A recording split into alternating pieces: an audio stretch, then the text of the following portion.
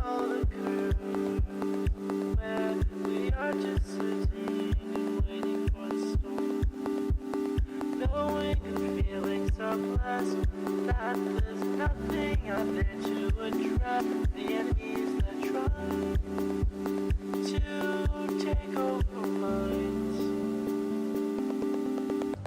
So maybe there's just too much to know without breaking a couple of bones. Oh, garden will still grow tall. No, maybe there's just too much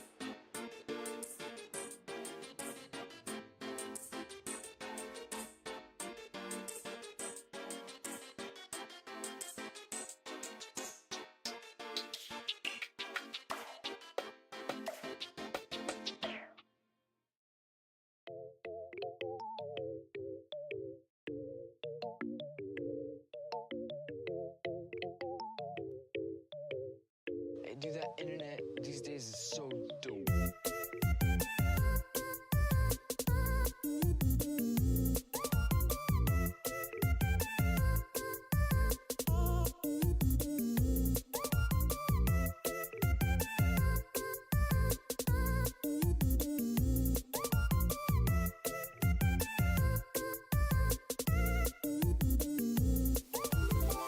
man, what's up? Hey dude, that internet these days is so dope, man. School sucks, dude. You can just go on the stinging internet, on the stinging internet, on the stinging internet, on the stinging internet, on the stinging internet, on the stinging internet.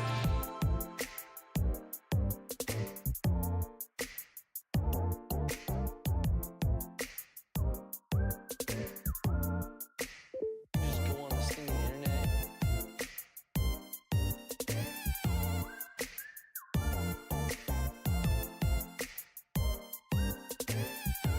Hey man, what's up?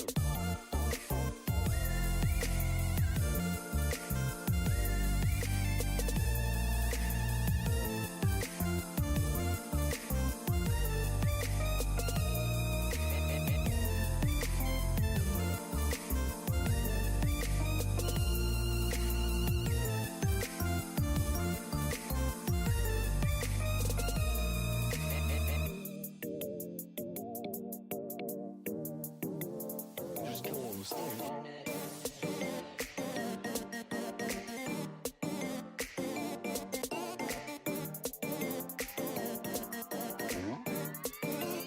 Just go on the stinging internet.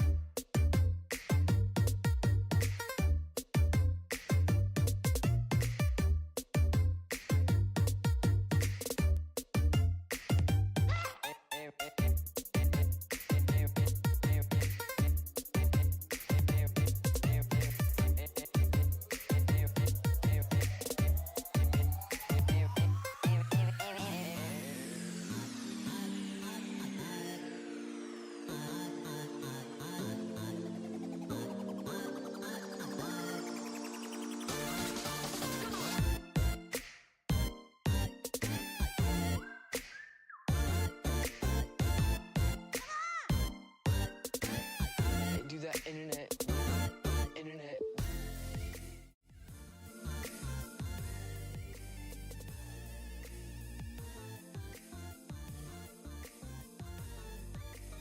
Welcome to From the Ink Up 81. We are back with more FTIU action. If you heard me before on Triton Cup, you're hearing me again. I'm Frostix, joined by Yoshi God here. So, how are you feeling today on this fine Friday evening?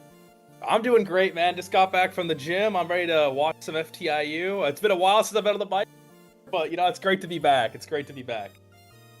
Definitely so here. So we're going in straight into group stage. Of course, group stage is a lot more mass scale on it, and we have the supercontinent of Pangea going up against Saturday Night Speedle. A little bit of a tongue twister on my end.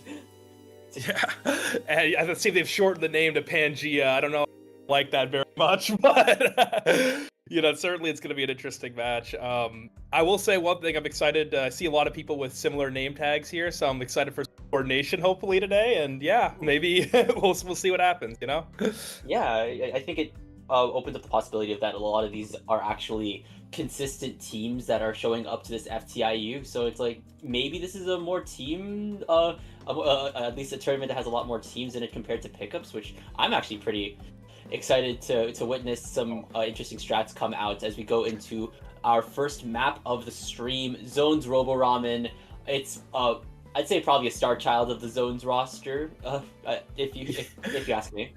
Yeah, really fast-paced map. You know, I think a big thing is if teams open up really fast, try to play around that floaty in middle and try to take a lot of control early in the game, you see those teams tend to win the mid-fight. I'd love to see these teams try to challenge the other's ramp in middle instead of playing a little bit slower, but obviously people have different kind of stylistic choices to this map. I will say one thing as well, I've seen a lot of people go for the flank and drop, so I'm excited to see maybe some interesting plays coming from that side of the map, but yeah, super excited for this map. I love this map. It's one of my favorite Zones maps.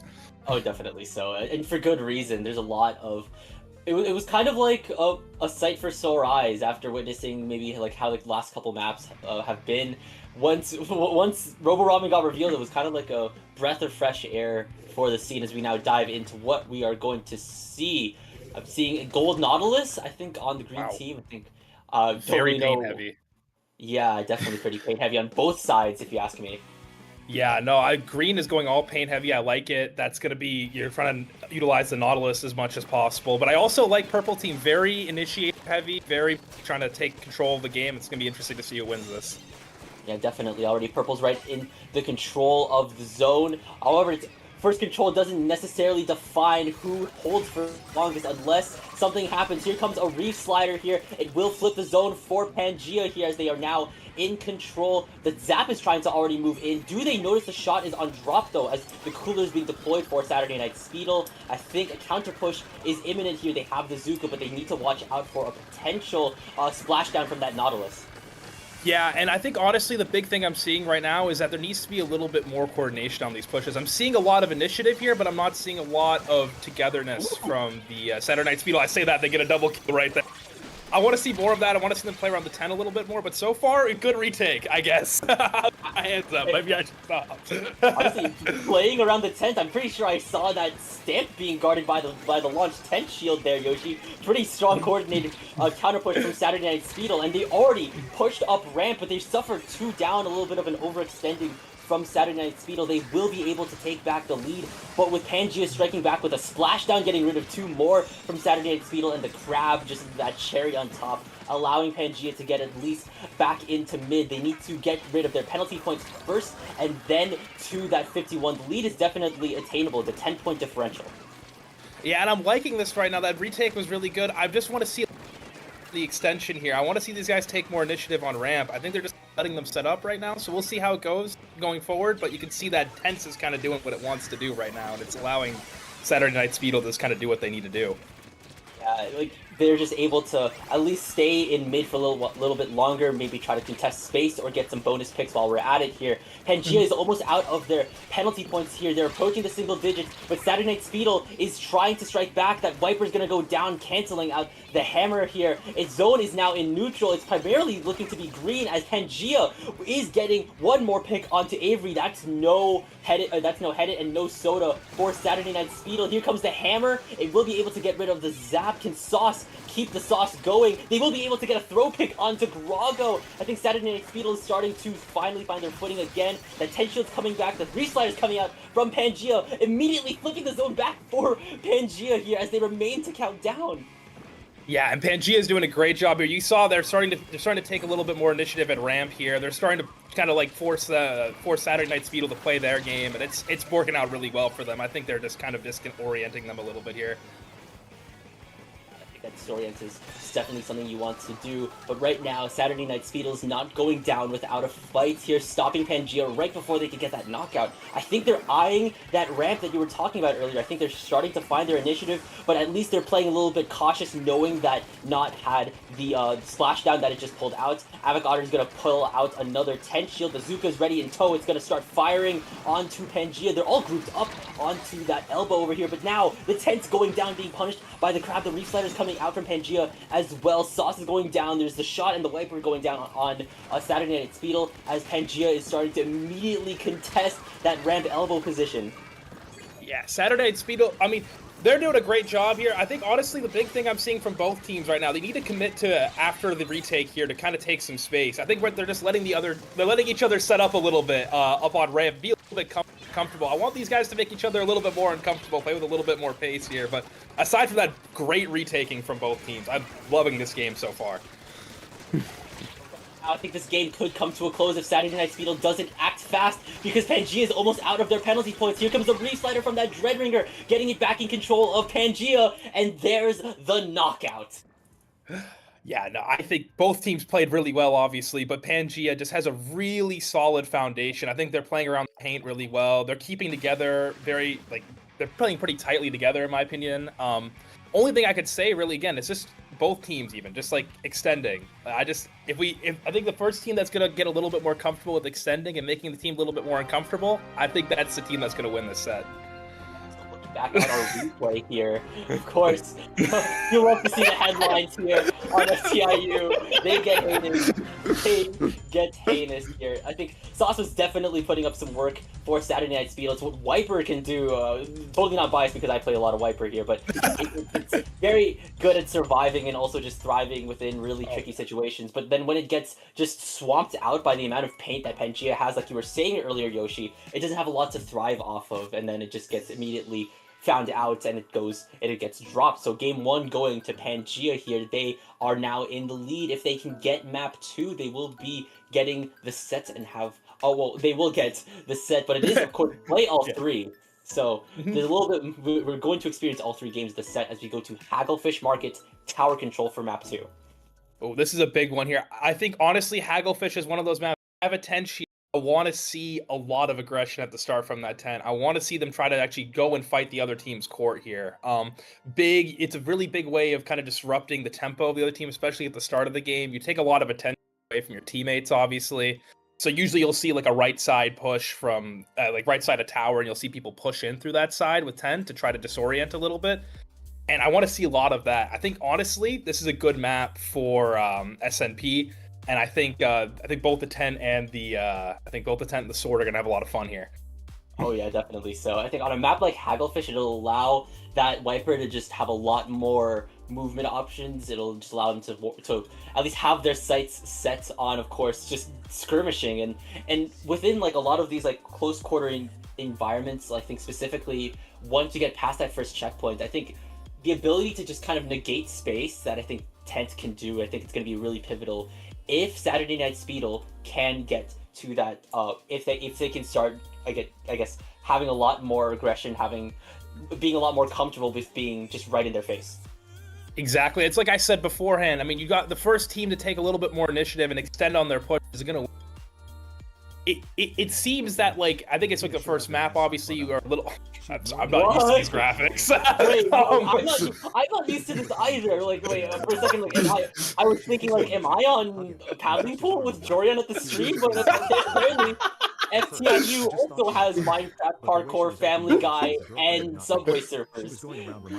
Hey, man, I mean, whoever keeps the people here, but, you know, again, it's like I said, I mean, the team that's going to get a little comfortable with extending is going to have a good time, especially like that first check is always a tough one, and if you're able to get through ramps and to eliminate a part of the map and just kind of have all the, like, and have the other team kind of funnel through that, that drop down area into tower, I think you're going to be seeing success from the team that is forcing that. So I want to see a lot of ramp aggression, and yeah, we'll see that. I think honestly, the best team, I think SNP has a tent, so I think they have the best, they probably have the best way of doing that. Hopeful of that, but obviously Pangea has been kind of oppressing them with paint, so it's interesting to see how that works out for them.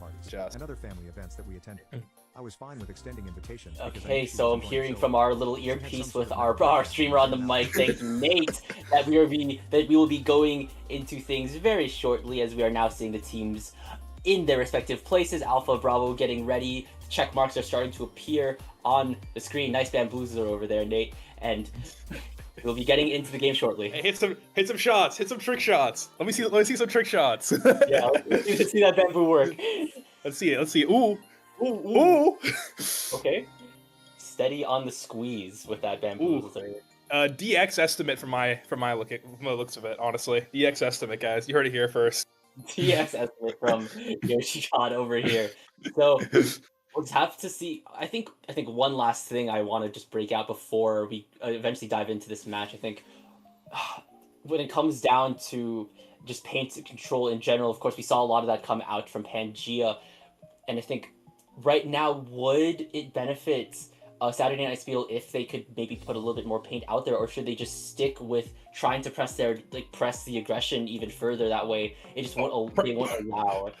Press the aggression. I think honestly, you play around the tent more in this matchup, you win it. In my opinion, I think they have a lot more killing power, and I think SMP, if they lean into more of that aggressive style that they have with their comp, I think they're gonna win this because. I think the big thing is following the shield in and trusting the shield to keep you covered while you're pushing in. I think if you're able to do that, I think the paint becomes less of an issue. You're able to the fights that you want to force. So, because the main thing with that is that you're going to be forcing fights at awkward angles, and especially, if you're not as coordinated, and I'm not saying either team is not as coordinated, but if you're not as coordinated and you catch people off guard, this kind of leads to a disaster situation for the other team. So I want to see SMP just kind of lean to the speed a little bit more. Well, pretty potentially big burden on the hands of Avocado. So in terms of a little SNS, my fault. I say SMP, SNS, sorry. The P in Saturday Night Speedle is very pronounced, but in terms, we're seeing some comp switch ups from both teams. We're seeing Tactec switch over to that new Horns Dreadringer, so we're seeing some crab action, I think, from Pangea. Meanwhile, inside of Saturday Night Speedle, we're seeing the new dualies, so we're going to see some bubble action. So we're losing the tent here, actually. Yeah, it's going to be a slower comp. I want to see these guys focus an area more. You see spread out. If they just kind of focus an area like you see through the right flank there, they're kind of getting something going. I want to see more of that focus right now. Obviously, I think that focus is happening right now, but I think Saturday Night Speedle did go 2 down because I think Pangea is now on that tower. They do reach that first checkpoint. The bubble comes out from the dualies. The splashdown's coming from that Nautilus. They do spot out Avocado over there. Those dualies will try to at least find their ground, but no, they're being shut down. And I think Saturday Night Speedle is slowly trickling that tower back into mid. We're going to be returning to a very neutral team mid fight. But right now, I think that's Pangea trying to go back on it. But I think that Saturday Night Speedle in blue trying to push it a little bit further. Yeah, I'm liking this right here. I was going to say earlier that they weren't a lot of aggression here, but I like this. They're making the game happen in their favor. You can see they're forcing fights that they're just uncomfortable with. I want to see more of that. I want to see more of the specials out. Let's see what happens.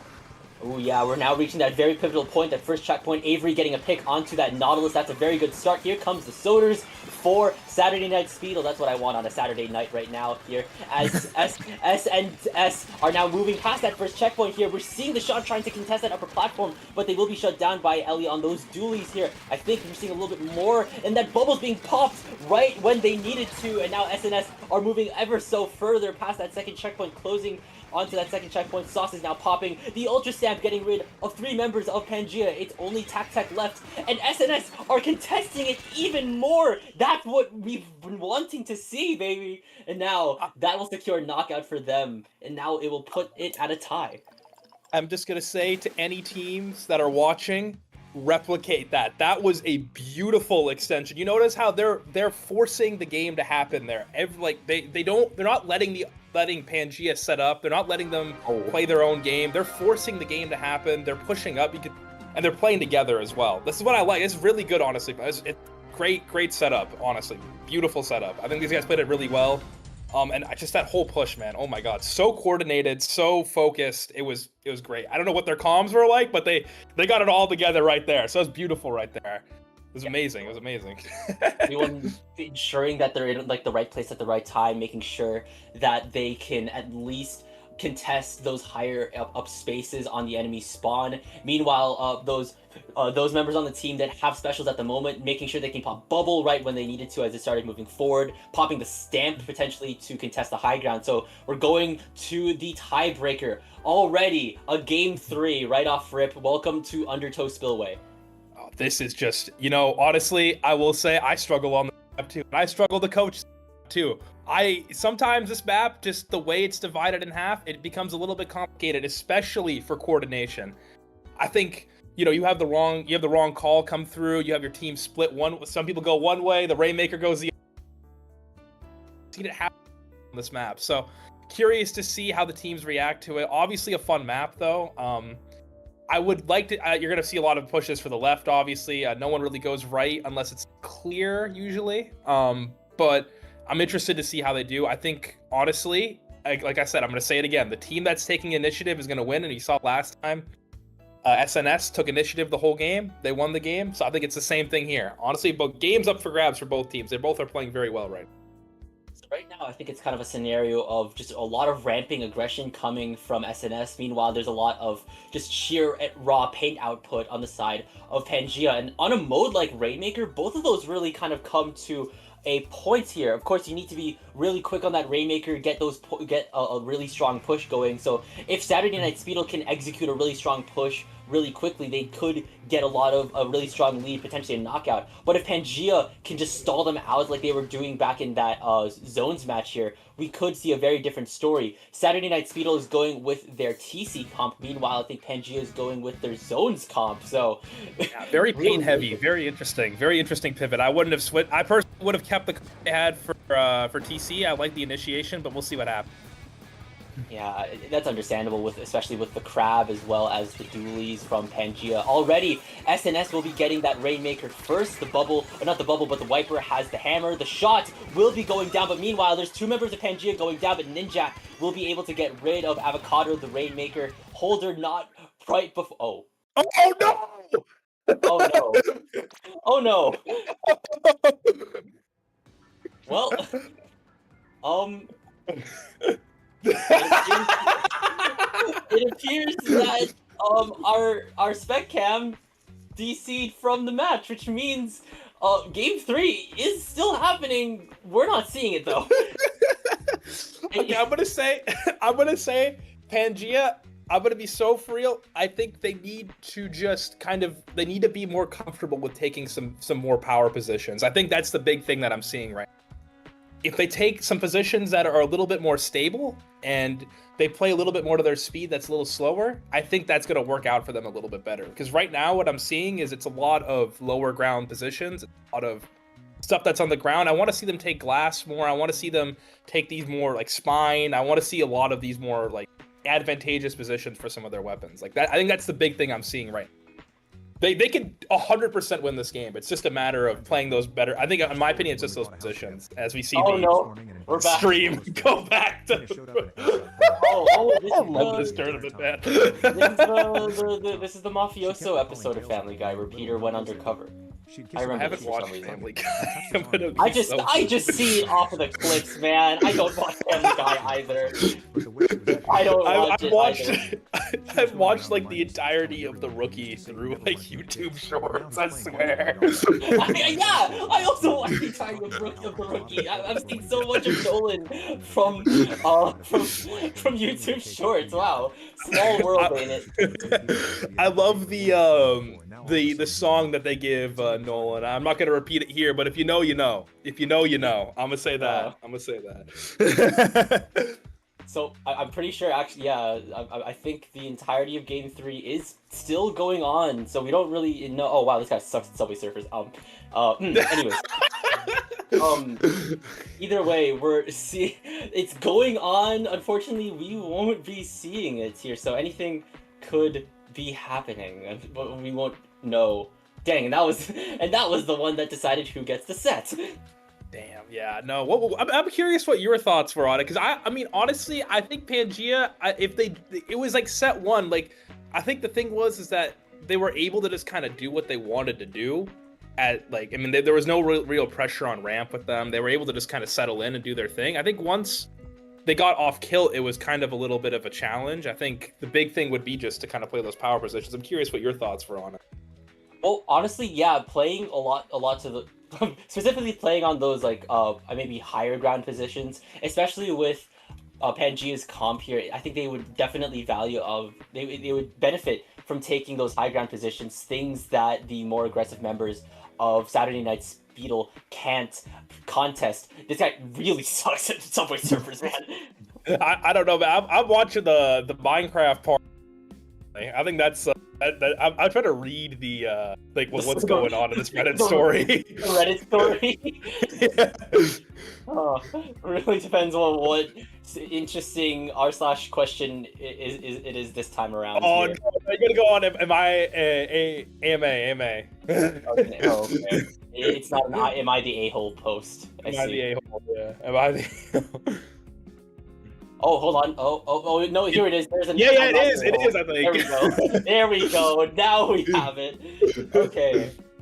Well, I think while we're at it, I think we also got the confirmation for what we're going to see from round 2. So, we're going to be seeing Flower Egg, Panko, and Bin Birds in round 2. So, of course, I'd say stay tuned, stick around. I don't know if we're entirely calling a break just yet, because we still have there's still the game going on, I think. Is it? Is it going on? Man, you're the one who's been commentating for a year. I've been out of this for a year. You tell me. It probably is. It probably. Oh, my earpiece is okay. going off. My earpiece. Okay, the voices in our heads are saying that we're going to go straight into round 2 once it's ready. So whoever wins wins Undertow Rainmaker will be getting a little bit more points within the group stage, higher chance to get into that illustrious gold bracket. Would it be a good time to call a break here, Yoshi? Well, I was gonna ask you. I was like, since we're not watching the game, I'm willing to bet you one Sheldon license that that Pangea is gonna win. Oh man, but I could use that to get something from the new kit selection. I could probably get myself like an Octobrush. Exactly. So I'm just saying, you want to put up one? You want to put up one license for that? Yeah, you know what?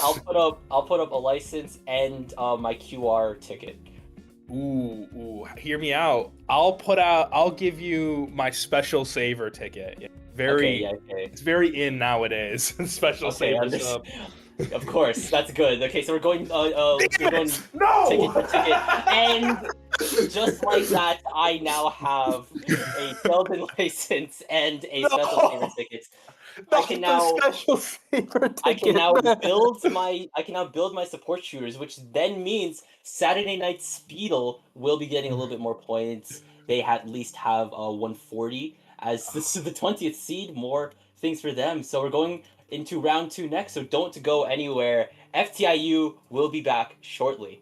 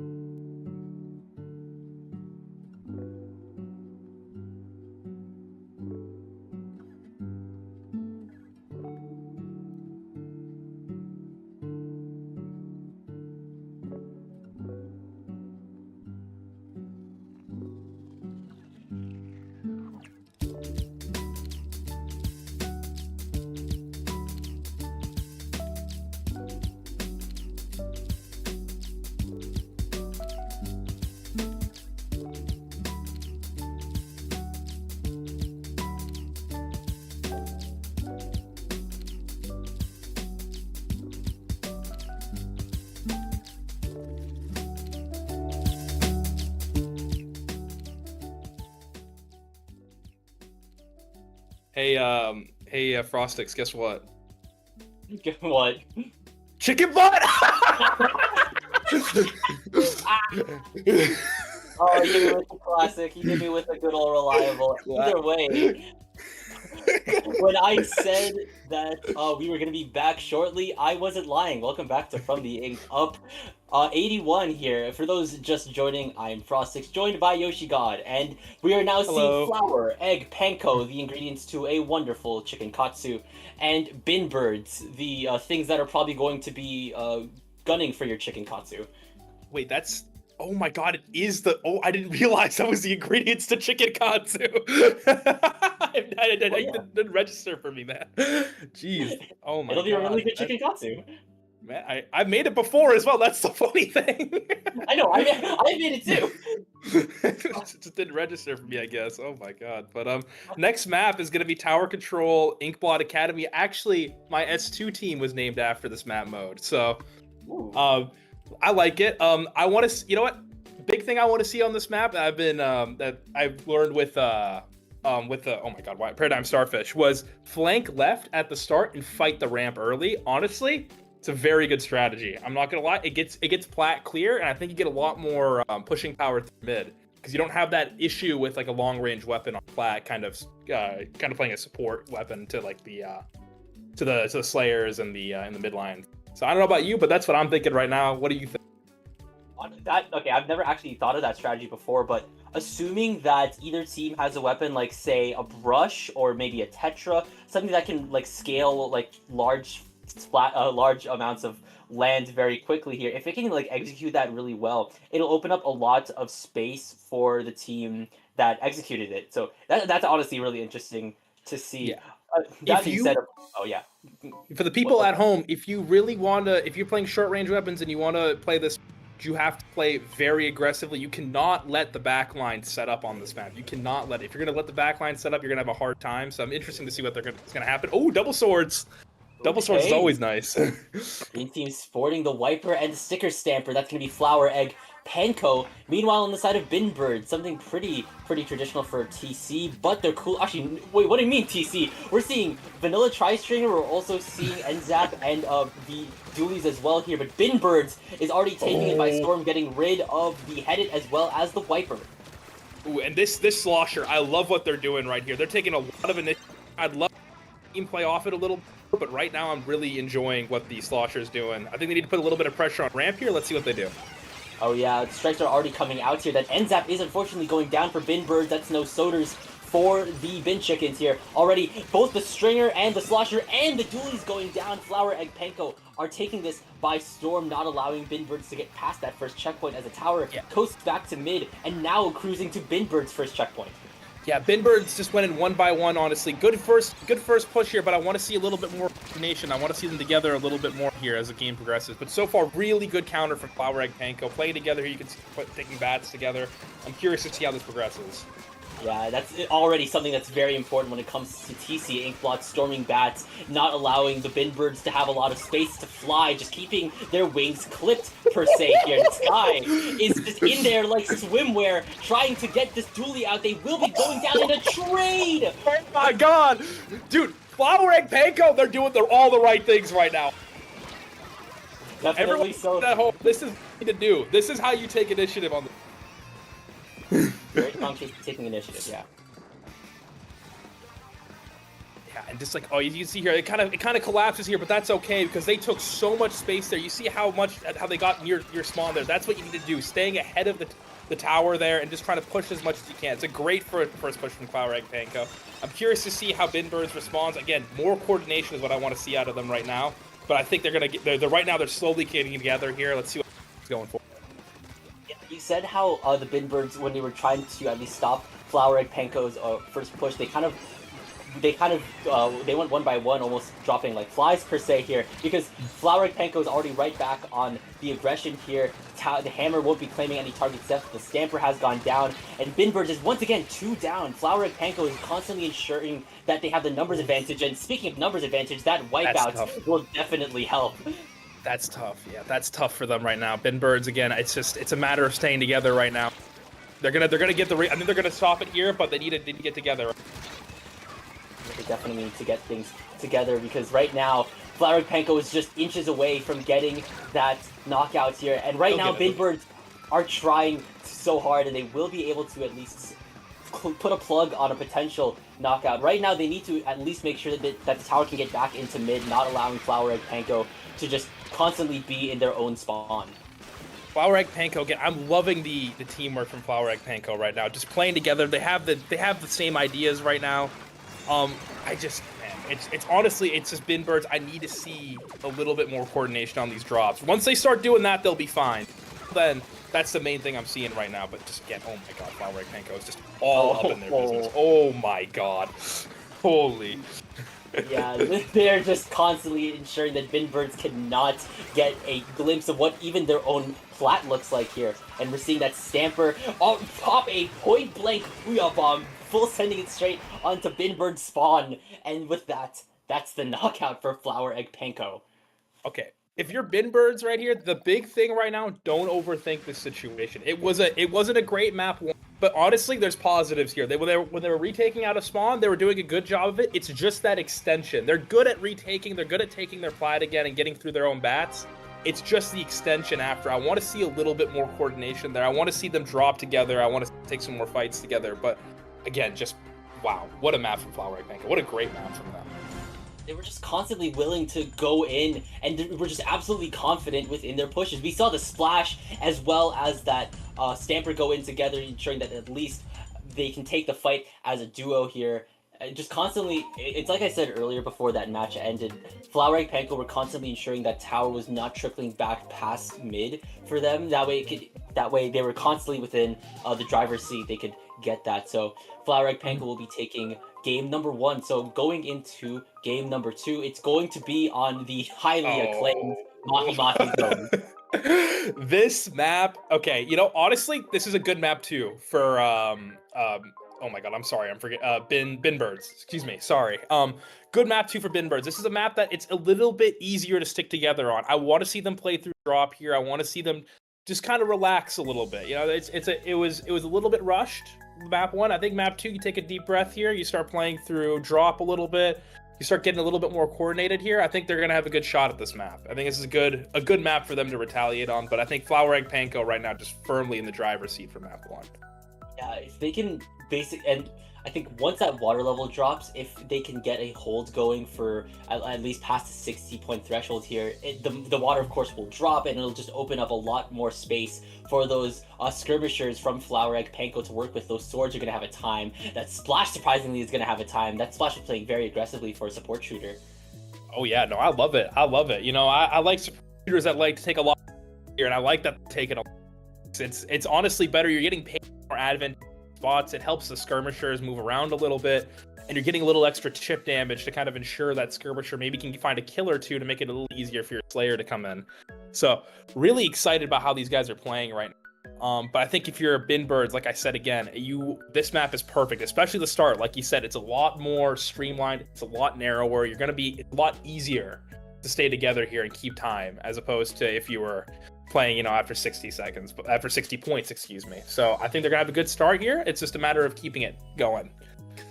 Yeah, I think what bin birds can do specifically, if they're still running from that TC comp, it's probably try to negate space. It's definitely what you can do when Flower Egg Panko is running a very, very aggressive comp. If you could just negate space, not allow those swords or even the splash to sort of have space to work around, you can start picking them off here. We're getting a little bit of extended forecast now onto map 3, which will be Scorch Gorge Rainmaker. That's a great counter pick, honestly, from Flower Egg Panko, you know, deferring map 2 and just not playing it and going straight into map 3. But obviously not. A little forecast there for what's to come. Yeah, if of course, yeah, if Binbirds does take that Mahi Mahi, we will be going to Scorch Rainmaker. Well, it's play all 3, Frostix. Oh, it's play all 3. Of course, I forgot. I'm so hot off the presses of Triton Cup, so and here you remember it's play all 3 for them. And we were saying Nate earlier doing the tactical circles in the training room, something you guys should be working on in the training room here. I really think that's a really good way to warm up the thumbs there. You know, I'm a big fan. Oh, look at that. Looking for the swim circles, ladies and gentlemen. The swim circles, man. Look at Nate's form. Very pristine. So we're going now into game 2. If Flower Egg Panko takes this, they will be getting the most points out of this set. So we'll just have to see what is to offer. Oh, we're seeing Saturday switch from the Sticker Stamper to the Tent, the return of Tent Wiper. Meanwhile, on Binbirds, we're seeing the Julie switch over to that new Knocked Dapple. So we're going to see some whale action on the side of Binbirds. Yeah, I like the Tent here. I like the idea. Just playing a little bit more aggressive. You know, it was working so well for you. You might as well keep going for it. You can see immediately the amount of pressure they're putting on with the Tent. Yeah, already getting rid of that bucket. That means no strikes for Binbirds in the meantime here. And Saturday is just claiming the front lines as if it's their own. It's what you can do really good. Go Saturday, go. Will they just go? Oh, just go. Yes, Saturday, go. Sorry, excuse me. They sense the Tent and they're sending it again. And now the water level is dropping. Yes, this is very good for Flower Egg Panko. You see that Tent is taking so much space. It's making them very uncomfortable. You're seeing like what Tent does here. It kind of distracts the team a little bit. You start looking different ways, and all of a sudden the map opens up for your teammates here. I want to see more progression, though. I want to see them go further. But so far, man, oh my God, what a game. Oh, whoa. They're in. Oh, yeah, Saturday. No, this is the right play right here. This is the right play. play. No, commit to it, please. Oh, okay. But no, that's the right play right there. I like that they're taking that initiative there. Very good.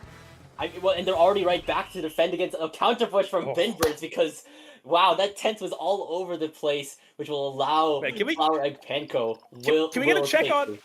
Can we get a check on Saturday? How are they allowed in this? What the hell? Can we get a results? They played. What? Can we get a results check?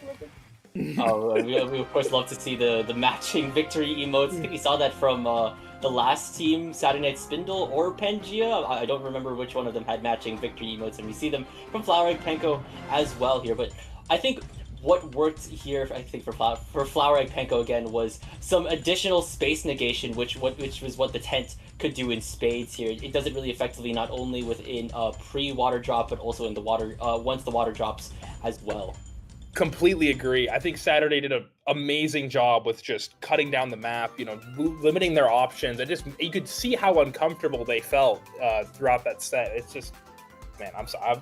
I used to be a tent one trick, so when I see someone playing tent well, I get excited. So everyone else played very well too. Don't get me wrong, but I mean that tent play, man, that's what won them the game. I'm gonna say that. That's what won them the game right there. That tent was playing amazing. Really strong to just have that tent confidently take that upper position, and it drew aggression specifically towards that tent, and then it just allowed the timer to just keep going down for the members of Flower Egg Panko. So they do have the most points out of the set, so we're going into our final showcase, at least from Flower Egg Panko and Binbirds so far. Binbirds has one more opportunity to get some points on the board for them, and it'll be on Rainmaker's Scorch Gorge. And strangely enough, this feels like, once again, a really, really good mode for Flower Egg Panko. Oh yeah, they've been getting this has a lot of really good maps for them. But I think if you're Binbird here, I say throw out the playbook at this point. And that's not to say that you're not playing to win here. I think you just want to try something different here, because honestly, they need to. I think the pace between all the members is a little off right now. I think you want to play something a little bit faster here. In my opinion, that's what I'm seeing. They want to play a little bit faster, but not everybody has got the weapon to do that. So I think honestly, lean into it a little bit. Try to be a little bit more aggressive. Try to meet them at the pace they're playing at. And honestly, I think it opens up the game a lot for them. Or if not, try to lean more towards the slow side. But either way, try to lean towards one of these styles a little bit more with the weapon choice. Yeah, you can't really play the in-between here. We're seeing Nate here trying to order from, of course, the wonderful stat breaking thing as we now go into as we get closer to the map before we go into the game.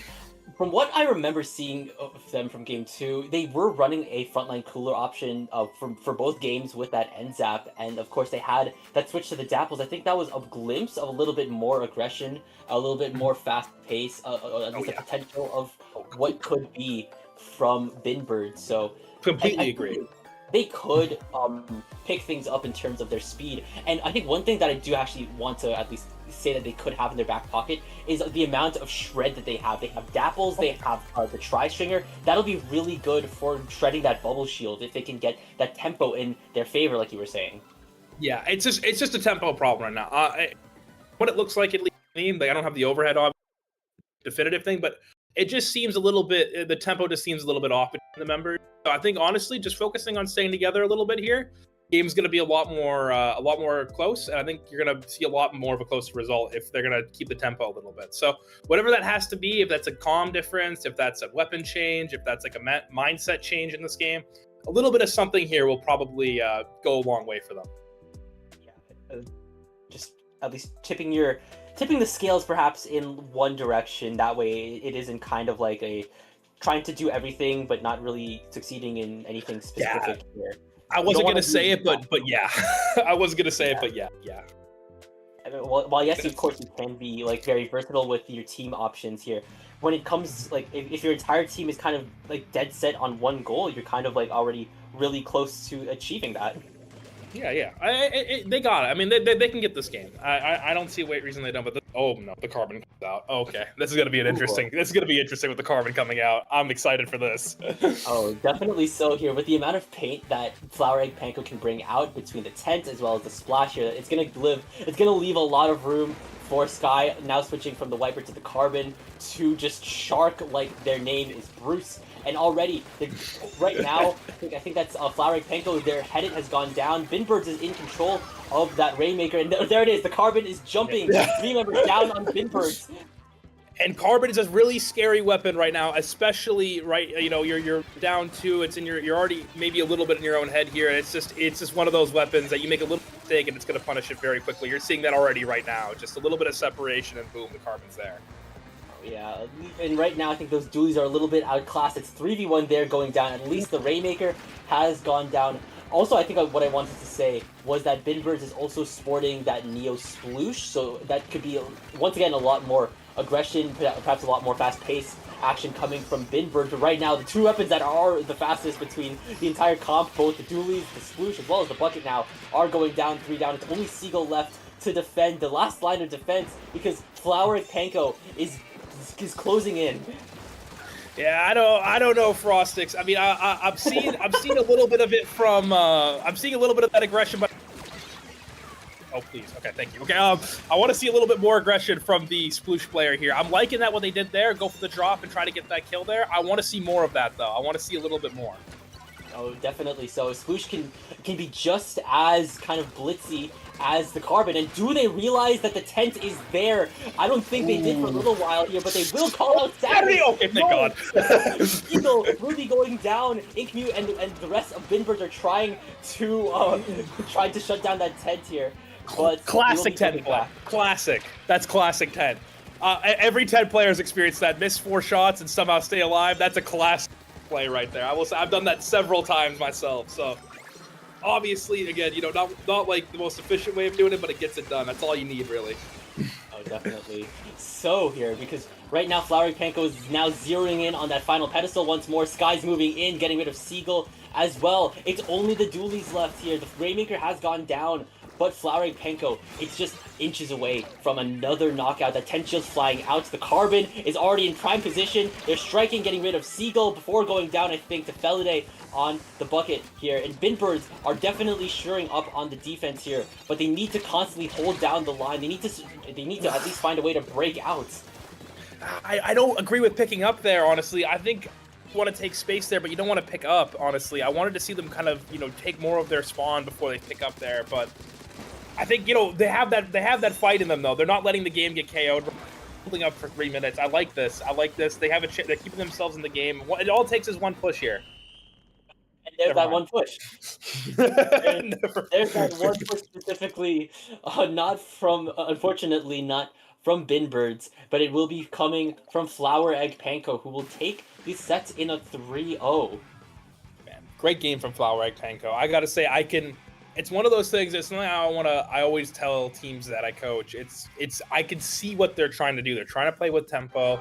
They're trying to play off their aggression with the 10. I see the ideas here. I like that they have a clear idea, and they're just, I mean, honestly, I'm saying it. They could win the tournament. They could win the tournament. I like what I saw.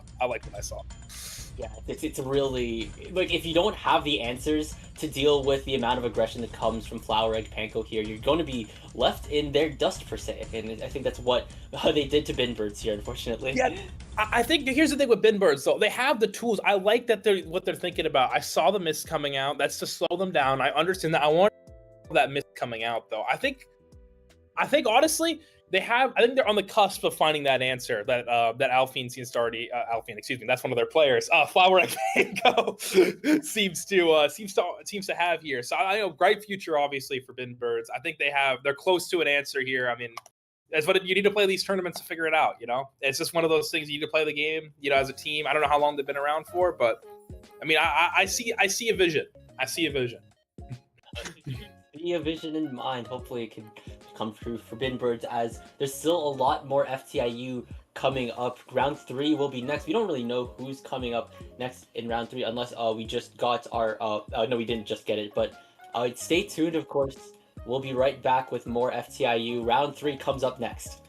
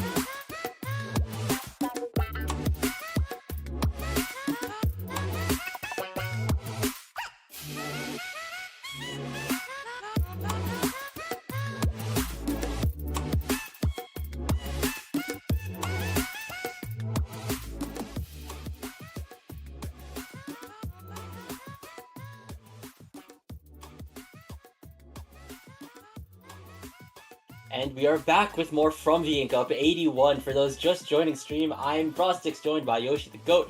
Welcome to Hello. round 3 of Group Stage. This is now the decisive one. It'll decide who goes into gold bracket, who goes into silver, who goes into bronze within the group stage, as we now go into groups G. 3.1 IVC Stingrays and Weebs and Otako. Yeah, I mean, I don't know too much about either of these teams, but I'm excited. I think this is silver bracket, silver or bronze bracket. It's one of the, for bronze. This is for bronze bracket here, folks, but stakes are still high. You know, you get to play a couple more sets here, so super excited about this set, obviously. First map is going to be Zone's Ship Shape. Honestly, I like this map. I don't know how people feel about this map, but I like it a lot. I like this map mode personally. I don't know. What do you think? I think this one's kind of a little bit of a mix-up when it comes just to the public opinion, of course. When it comes, I have a specific nickname for a couple of maps here, and I call Ship Shape Cargo Co. Lockout City. So. I mean, certainly. I mean, I think the thing is, a lot of the holding positions are kind of honestly positive positions for the hold. I think you have a lot of high ground positions you can play. It's a lot easier to walk out on this map. So I do agree with that. I think the big thing though, if you're trying to retake, I think you go through the right side drop. You have a little bit of a better opportunity, in my opinion. You kind of isolate the guy who's playing right side stack a little bit.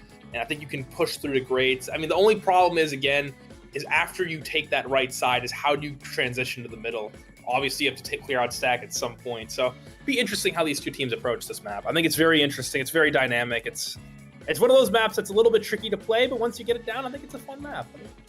Yeah, if you can like play and execute a lot of really good holds consistently here, you'll get like a lot of good outcomes on this map. And like you said, it's pretty tricky to kind of break out of spawn, so you need to at least make sure. I think maybe when it comes down to breaking out of spawn on a map like this, I'd say maybe hold your resources, try to like use as little specials as possible. That way, once you do get an eventual zone flip, you can at least have those specials ready for the counter push that is inevitable.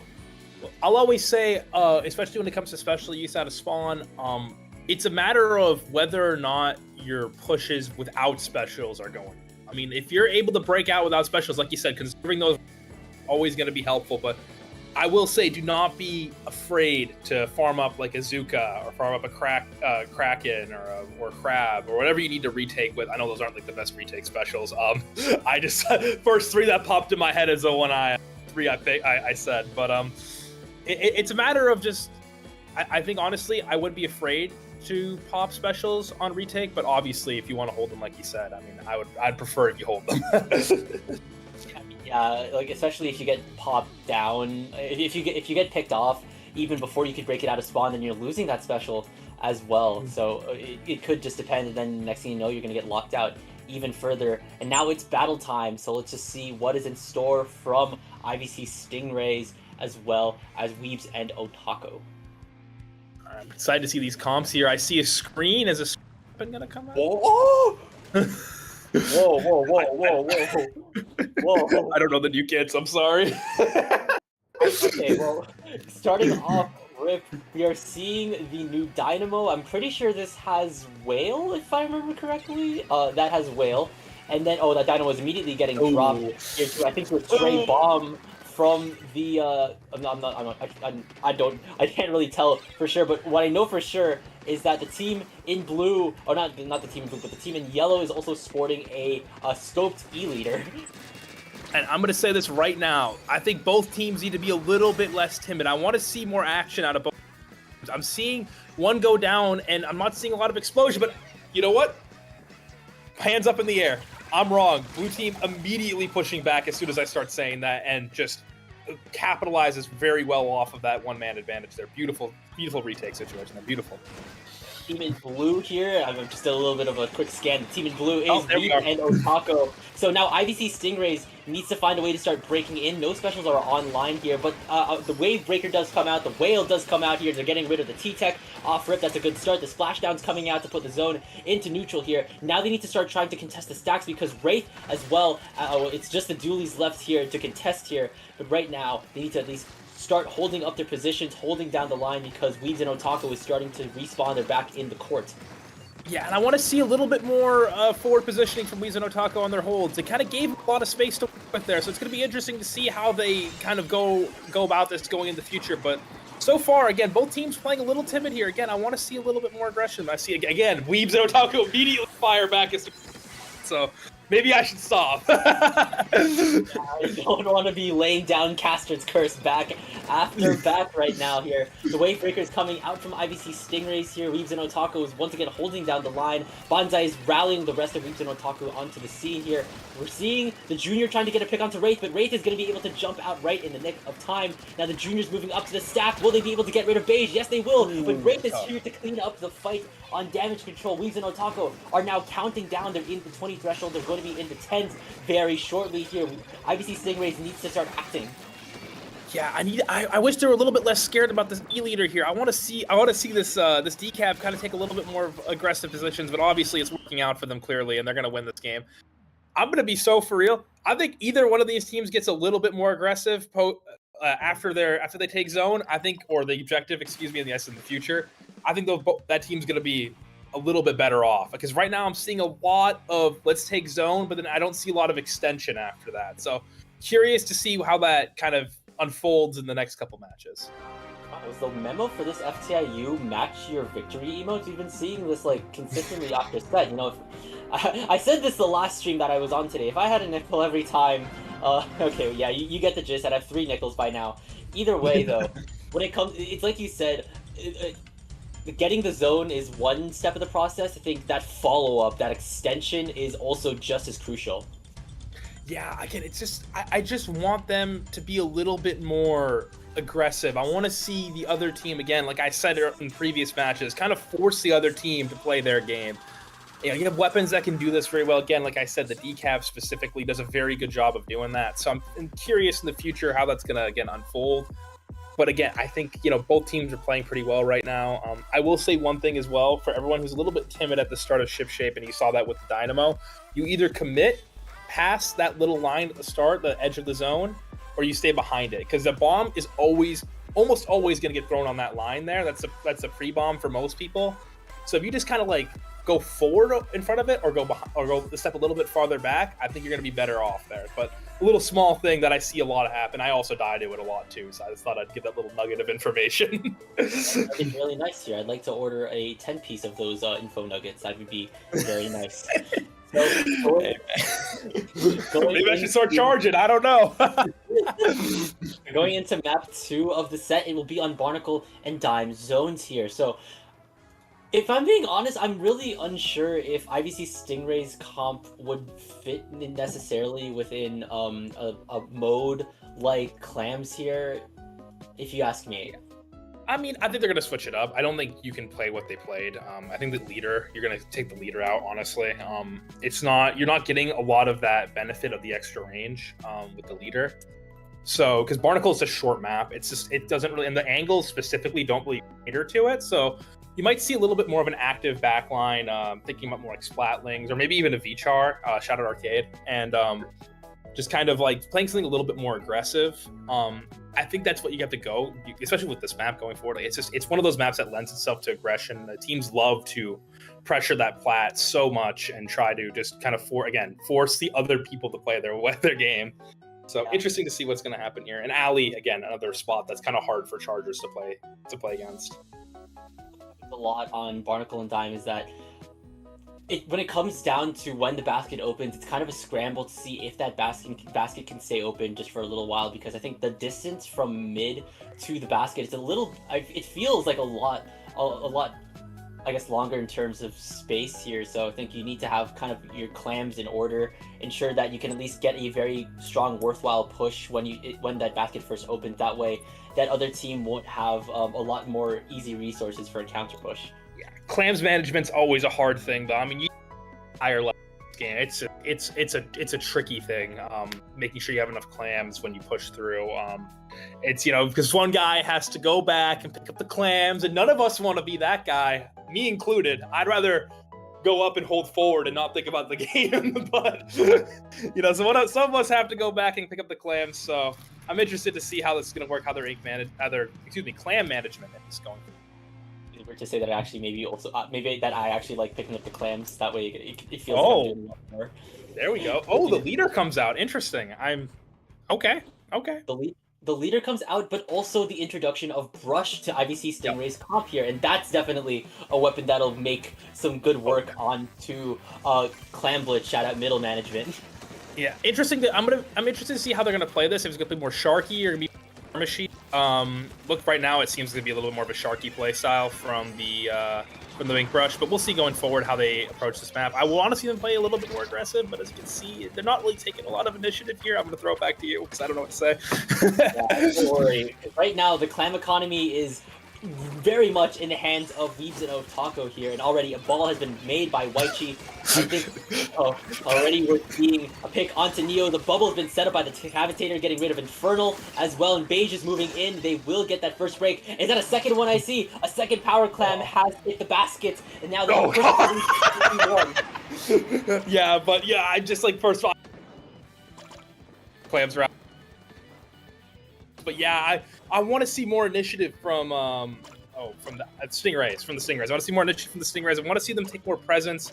You see the shots is kind of moving up. I want to see more pressure around it. You see now the team is catching up here.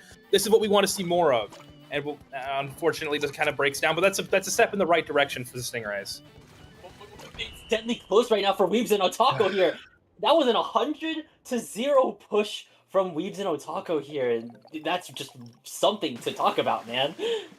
Man, honestly, I'm gonna be a little bit like real here. It's just a matter they're not doing a lot. I don't know how else to put it. Unfortunately, it's with this kind of map, you need to be comfortable with taking a lot of aggression. You need to be comfortable with taking fights, and you can see because this map lends itself to teams that play fast. And once you see a team that plays like this, that plays a little bit with more confidence, fights mid pretty quickly, as that Sword did, the Decap did, excuse me.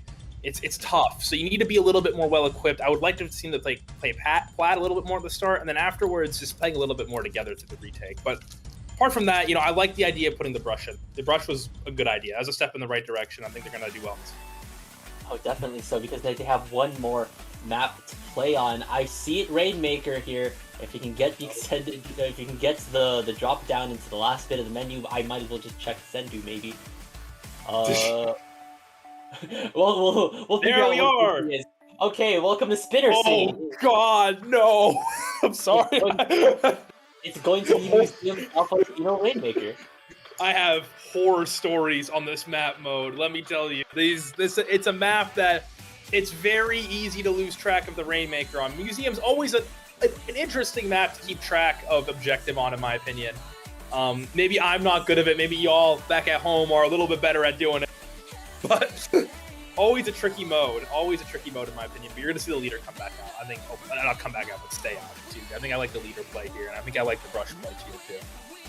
Since, I guess with the overall range and also the sort of elevation that you can get on Museum, I can definitely understand if IVC Stingray stays on that E-leader.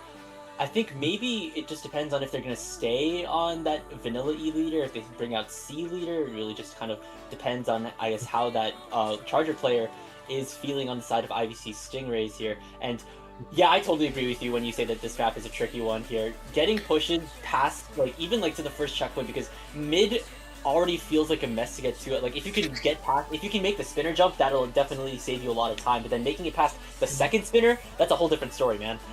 If you want to divide this map up in your head, and this would divide it up steps, how you're going to retake it. If you're playing a standard speed, you want to start Plat, then you go your side of mid, then you go ramp, and you clear it out in that order. You go diagonal across the map. That's the way you want to play this map. I think a lot of people, they try to skip a couple steps. They like to move up and go in a straight line, because a lot of maps in this game, they lend themselves to being very, very linear, very straight liney. This map, a diagonal kind of pattern. It's a little bit trickier. You also have drop, which just kind of, it's one of those, drop is just a really awkward angle to play, especially if you're pushed past drop and someone plays it. It's safe to go and drop there. So a lot of moving parts to this, but honestly, you play on that diagonal, I think you'll be doing just fine. So let's see what happens. Let's see what comes out. It's the final showcase from both IVC Stingrays and Weebs and Otako. Weebs and Otako is still sticking with their Clamblitz comp here with Kudzu here on the S-Blast. Meanwhile, IVC drop! Stingrays... Someone's playing drop! Oh, yeah, middle management being very eager to start fighting here, getting straight into the fray, switching from Brush to Wiper. They're picking up the Rainmaker too! Oh, oh my god! Oh my god! Look at the movement love on that! middle management! Insane!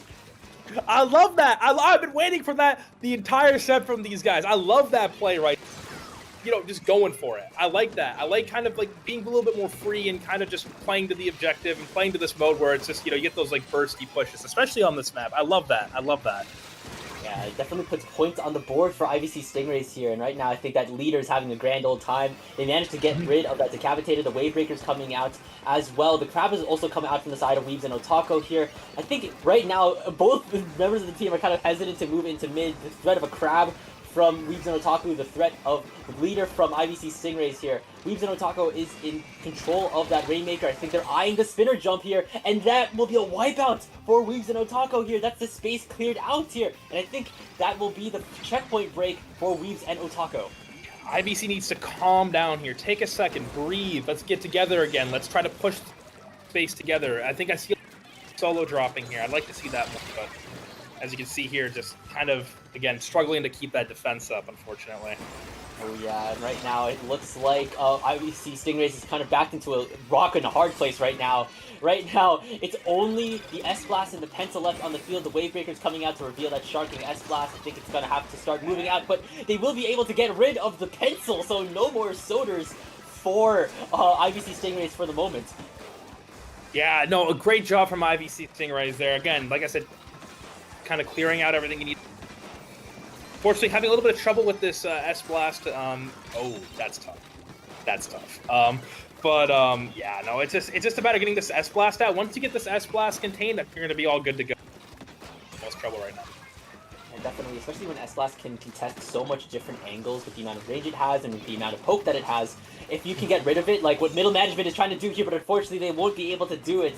And right now this S-Blast is still holding strong. Bonsai in control of the Rainmaker here. There's 2 down on the side of IVC Stingrays. The Guya Bomb pushing Infernal back even further, but they will be able to shut down Bonsai before they can make it a little bit further. But right now, at least Beige, Kudzu, as well as the Decap are still in tow. They're still making moves. Will they be able to get this knockout here? There's all 4 members of IVC Stingrays are down. Will they be able to get this pop in time? I think they will. That's it. Yeah. No, that's it. I knew. It's unfortunate. Can't wait. It's just one of those. But yeah, no, it's just. Yeah, I got nothing. Honestly, I said what I've needed to. I think honestly, I'd be. It's the same thing. I think it's just a matter of kind of being a little bit more together, especially on those retakes, especially, just trying to take space. It's a matter of just being a little bit closer. That's it. Yeah, definitely. So you don't really want to be like kind of separate, constantly ensuring that the numbers advantage is there here. But I think it's like you said, I think IVC Stingrays was definitely a lot more eager to start potentially going in for a little bit longer. So Yeah. we did see a little bit extra for them before. We unfortunately did not see them again. So of course, shout out to both IVC Stingrays and Weebs and Otaku for putting on a very stellar show here. And now that is the end of group stage. The brackets will soon start becoming. Oh God, I can't grammar right now, but the brackets will slowly start forming here. We'll be going into the bracket stage next. So stay tuned. FTIU will be back for more.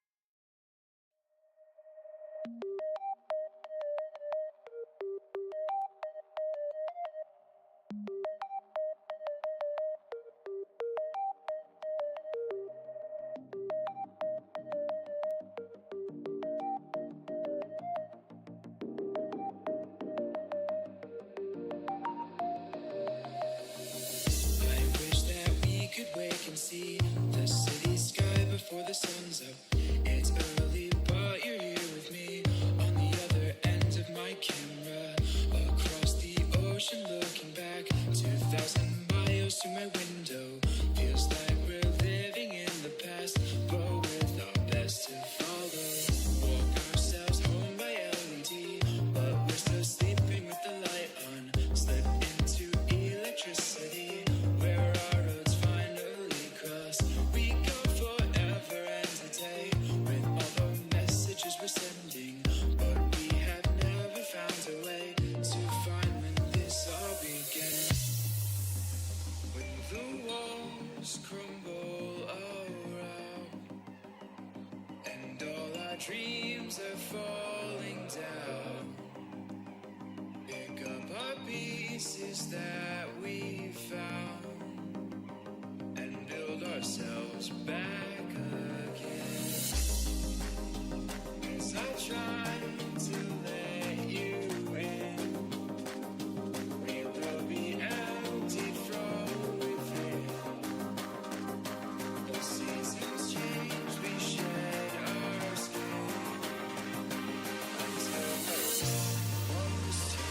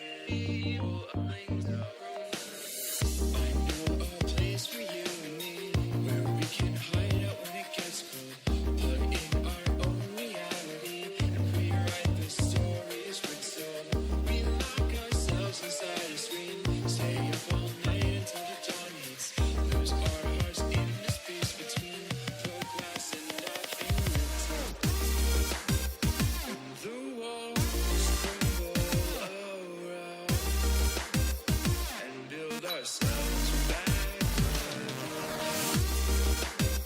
pick up our pieces that we found until we're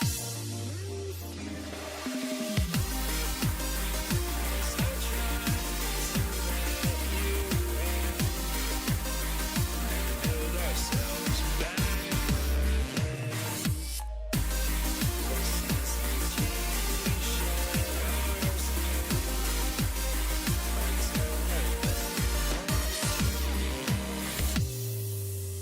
when the walls crumble around and all our dreams are falling down, pick up our pieces that we found and build ourselves back again. As I try to let you in, we will be empty from within. The seasons change, we shed our skin until we're almost human.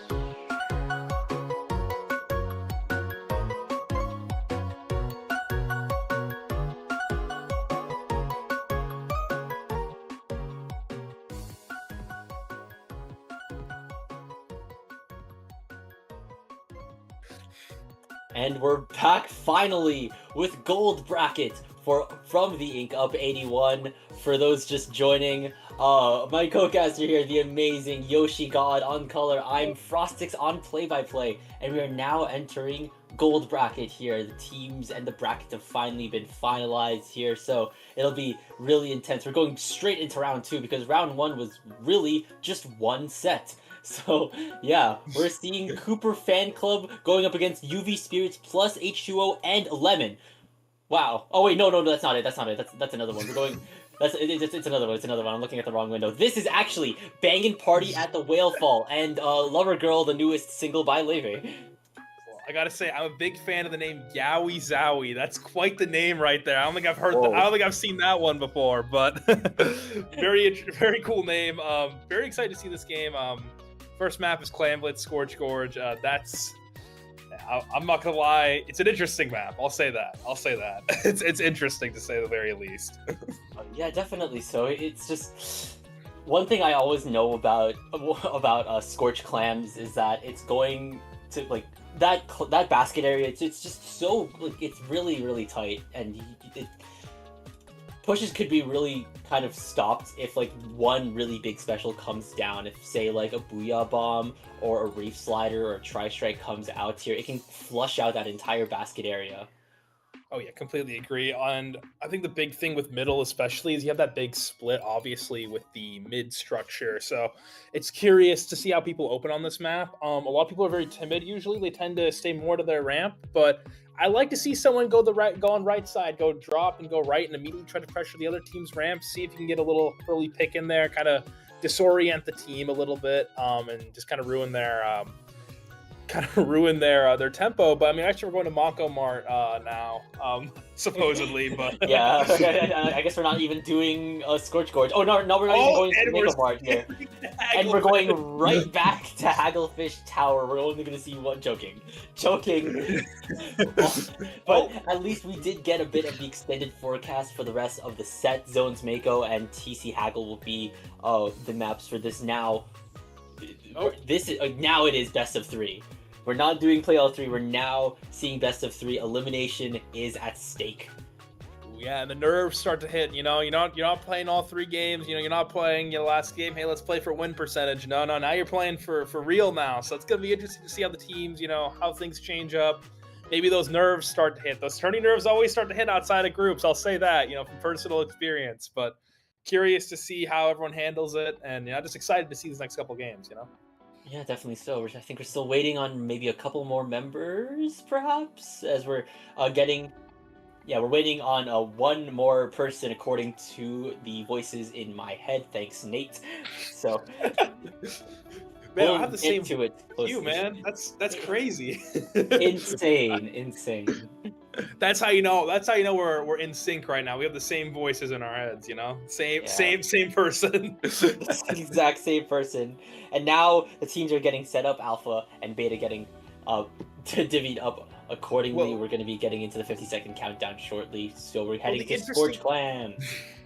The interesting counterplay here is to sub out. You switch around 2 team members. You got to switch your team members around. Maybe you gotta propose a trade at the start. Who knows? That's a really interesting gimmick for a tournament. It's like you have like 2 members. You have 2 teams, right? But then you shuffle around the members, so it's like 2 members of one team playing with 2 members of another team. It's like the whole attacking thing with Tricolored Turf War. So yeah. It's like the FA tournaments, but it's just a little bit more disorganized. It's a little bit more like chaotic. Man, that'll be one hell of a thing to cast. Actually, I would love it personally. Someone make that happen. They just stopped. They just stopped the push because they just remembered they're on other teams. Don't change the VCs. Keep them all the same VCs as well. I don't want to like all 8 of them in one VC. Exactly. All 8 people in a tournament match within one VC palming. At that point, it's just a weird PB. Exactly. It's just an in-house, but with more steps.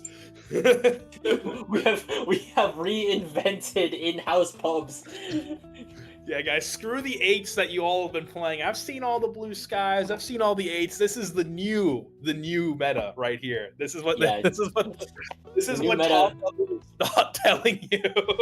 The new meta is splitting the room, but we have no more time to discuss the future of practicing for tournaments as we now enter Scorch Gorge Clam Blitz. Already off rip, we're seeing the Frozen Splattershot Pro and the Sticker Stamper on one side, and the return of Scoped E-Leader on the side of Purple. We're also seeing, I think, we're seeing Yowie Zowie on that new Dread Ringer crab action, as well as a Sploosh on the side of Lover Girl. So, yeah.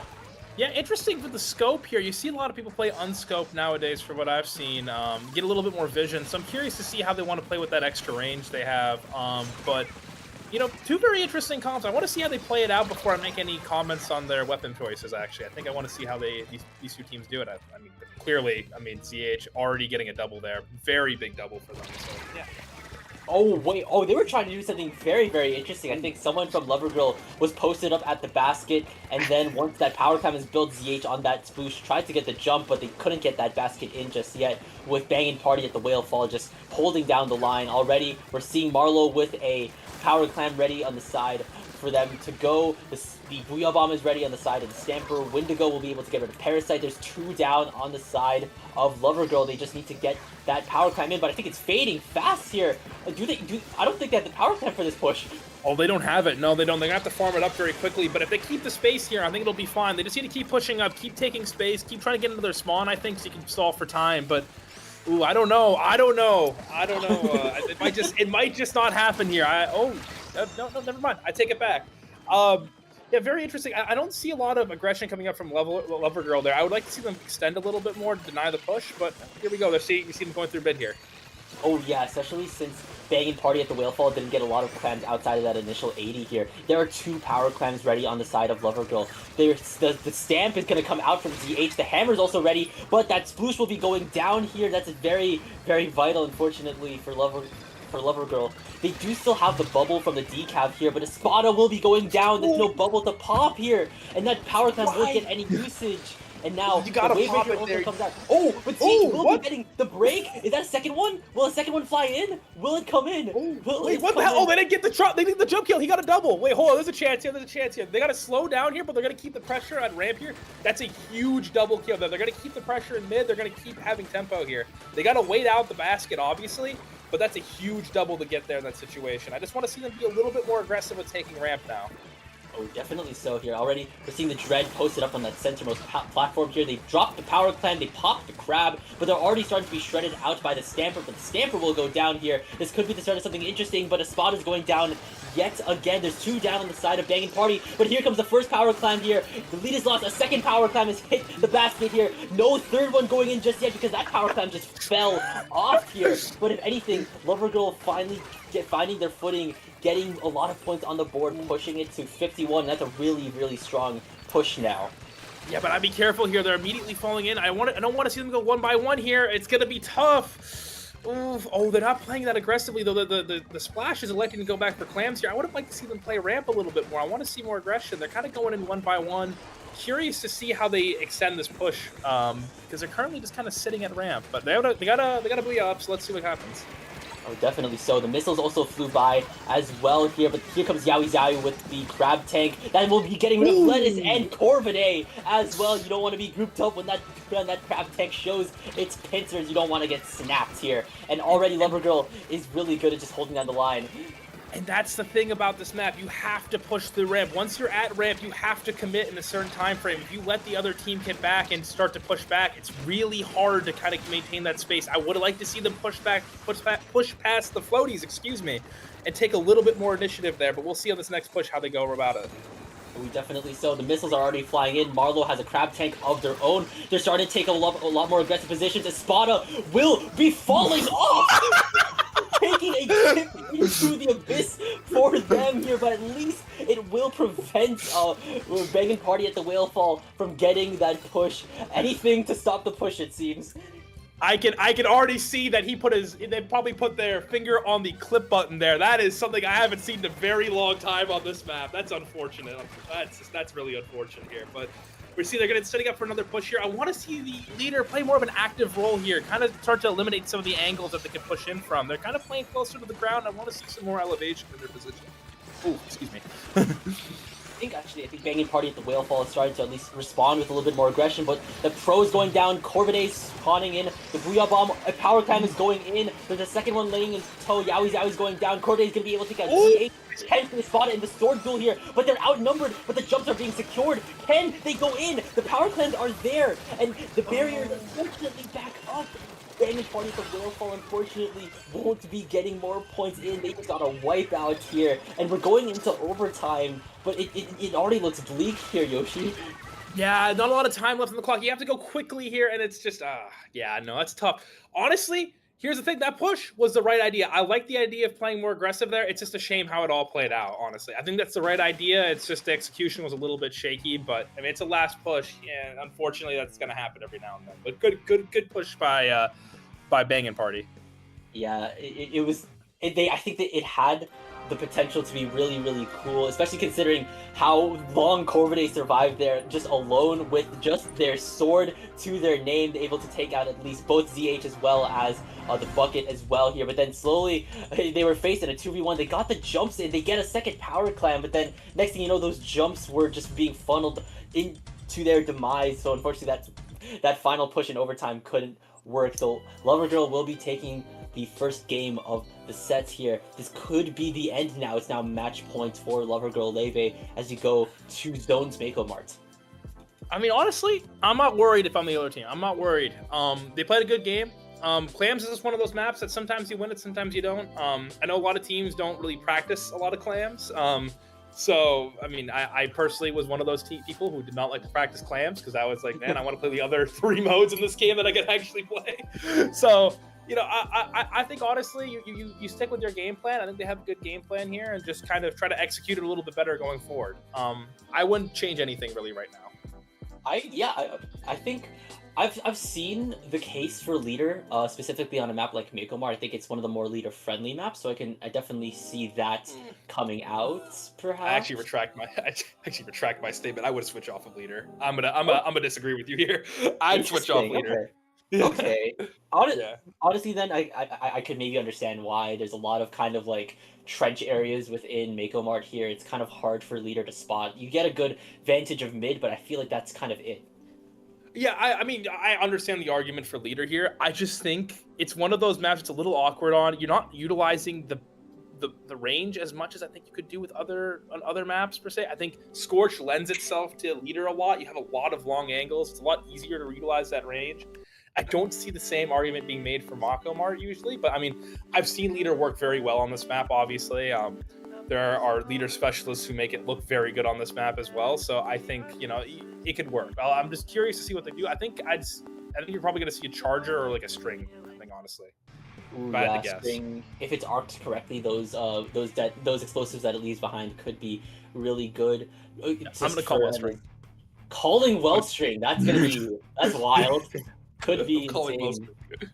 Yeah, a little bit of an extended turnaround here. I see. They didn't program the lag switch correctly now, did we? I'm kidding.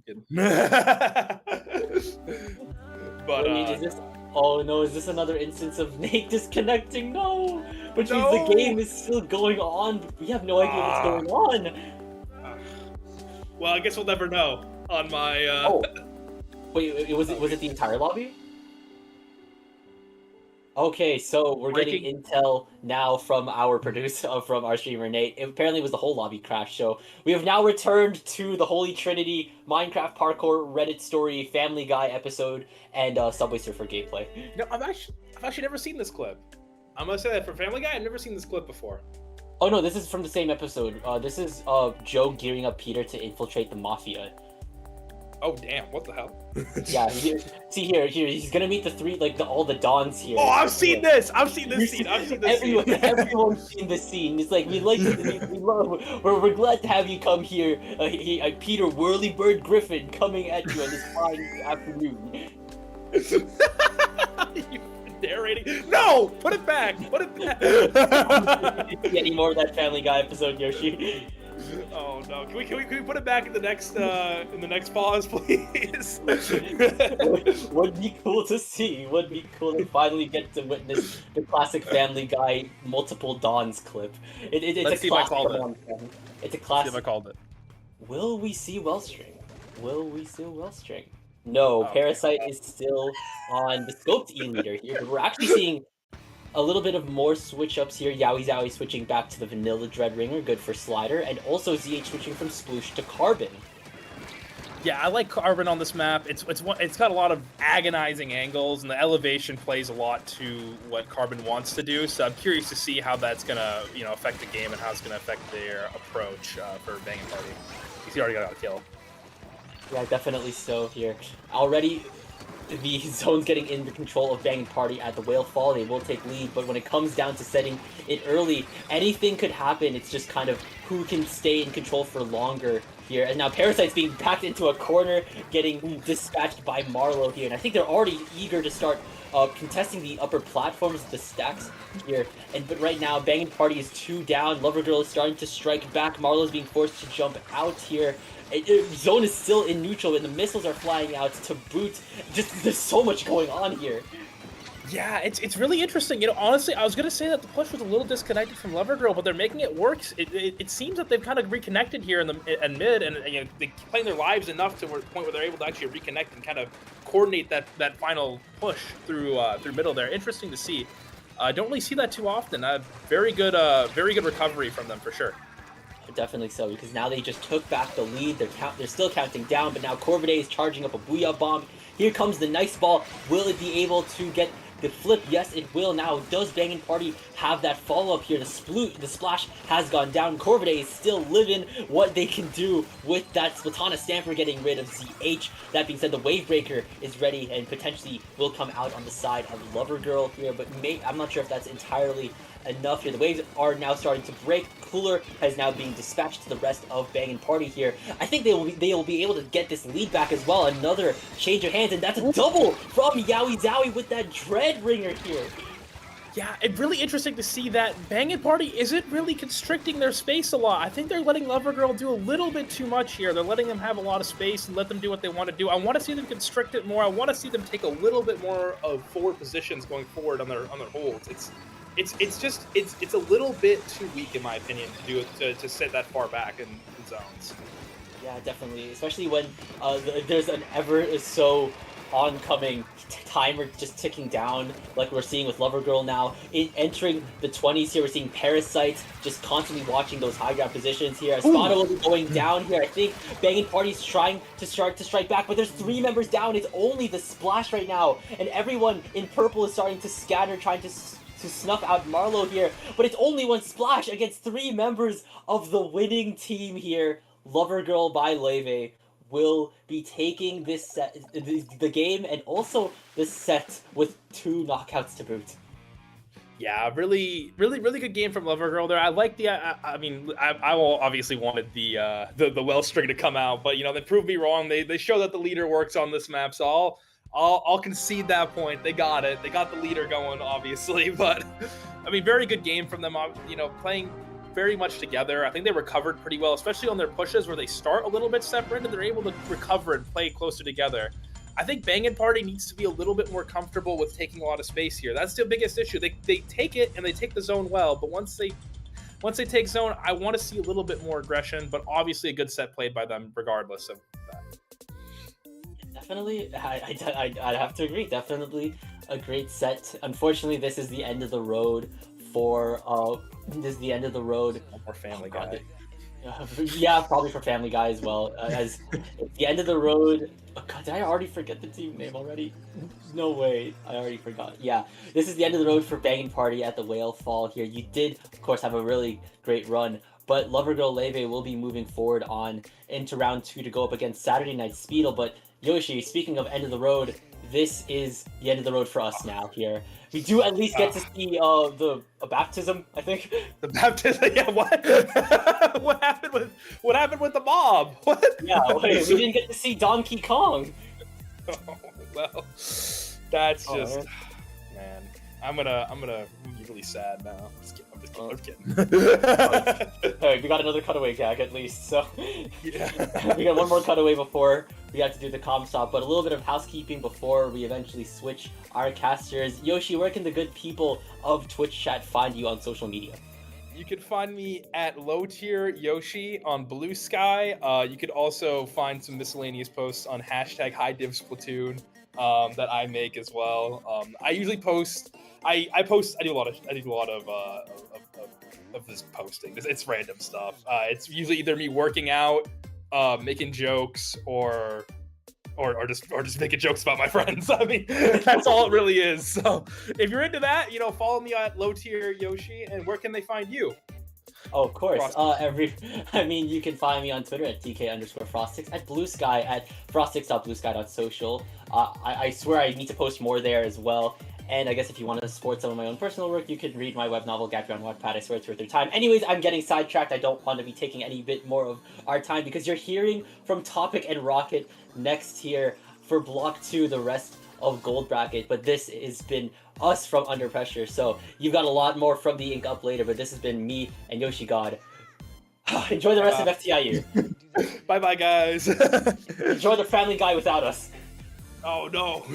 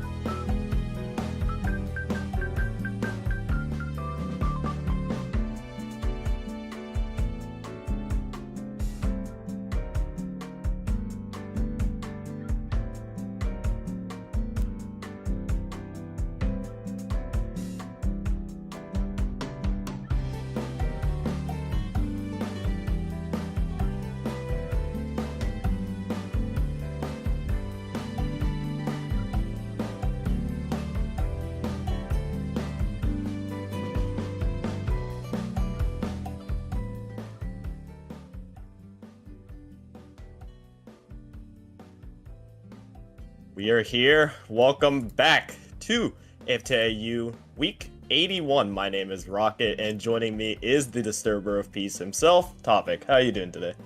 Hello, hello. I'm doing fine, but I know you're doing better because you got rewarded for one of the worst trades I have ever seen. We're doing this.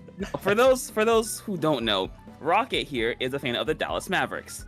Uh-huh. Now, earlier this year, there was a very baffling idea to trade their, and I must emphasize this, 25-year-old superstar Luka Doncic to the Los Angeles Lakers. And by means which, it's not rigged, guys. I promise you, it's not rigged. They got the 1% chance at getting the #1 overall pick.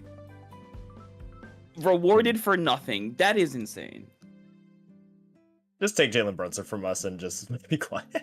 You got him from us. You'll be fine. Anyways, in terms of the tournament, we have quite a matchup here in gold 2.3 here between UFO and Rain. Now, best of 3, of course. Starting things off, we will be starting on zones. I believe we will be starting off on zones, quote unquote, Umami, if I'm not mistaken. Zones Umami being able to have your 2 zones. I just got distracted real quick by the freaking team profile of just like Absolute Cinema down in the corner there. I don't think that's who we're looking at, but UFO versus Rain is our matchup. Umami Ruins having 2 zones, obviously, of course, gonna be very, very fierce fighting in top mid, of course, to really just try to get that advantage point.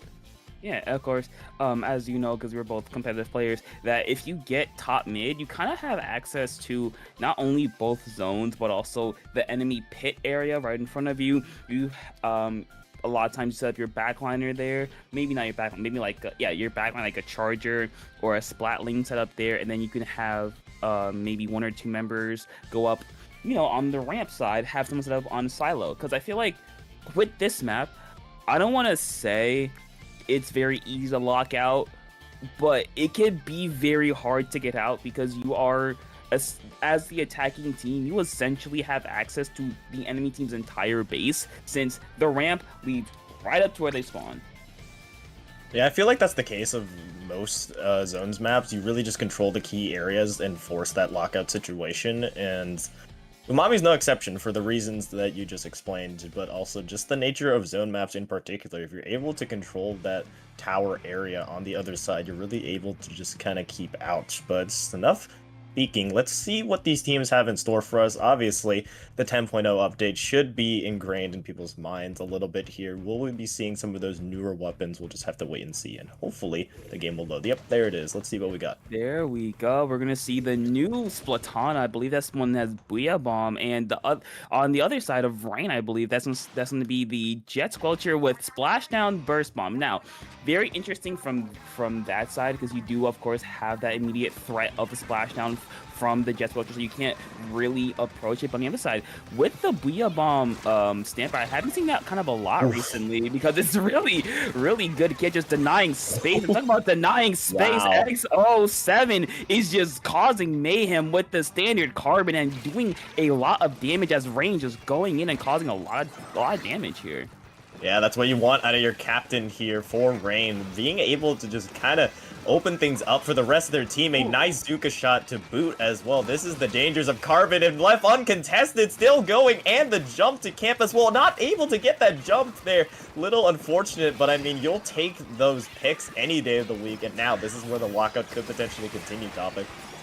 It can continue very well. Bros are going to go down there, and very unfortunate for their unfortunate timing. The Booyah Bomb for UFO coming out as well. The Stamper, Zipcats is, not Stamper, the Brush Zipcats is forced to cancel out there, but it looks like UFO, they're just being held back again and again and again. It's working out really well. 3 members once again down for UFO, and Rain with no contest in sight. The Zap will be down. That's the last line of defense, and that will do it. They got in, they caused damage, and they left.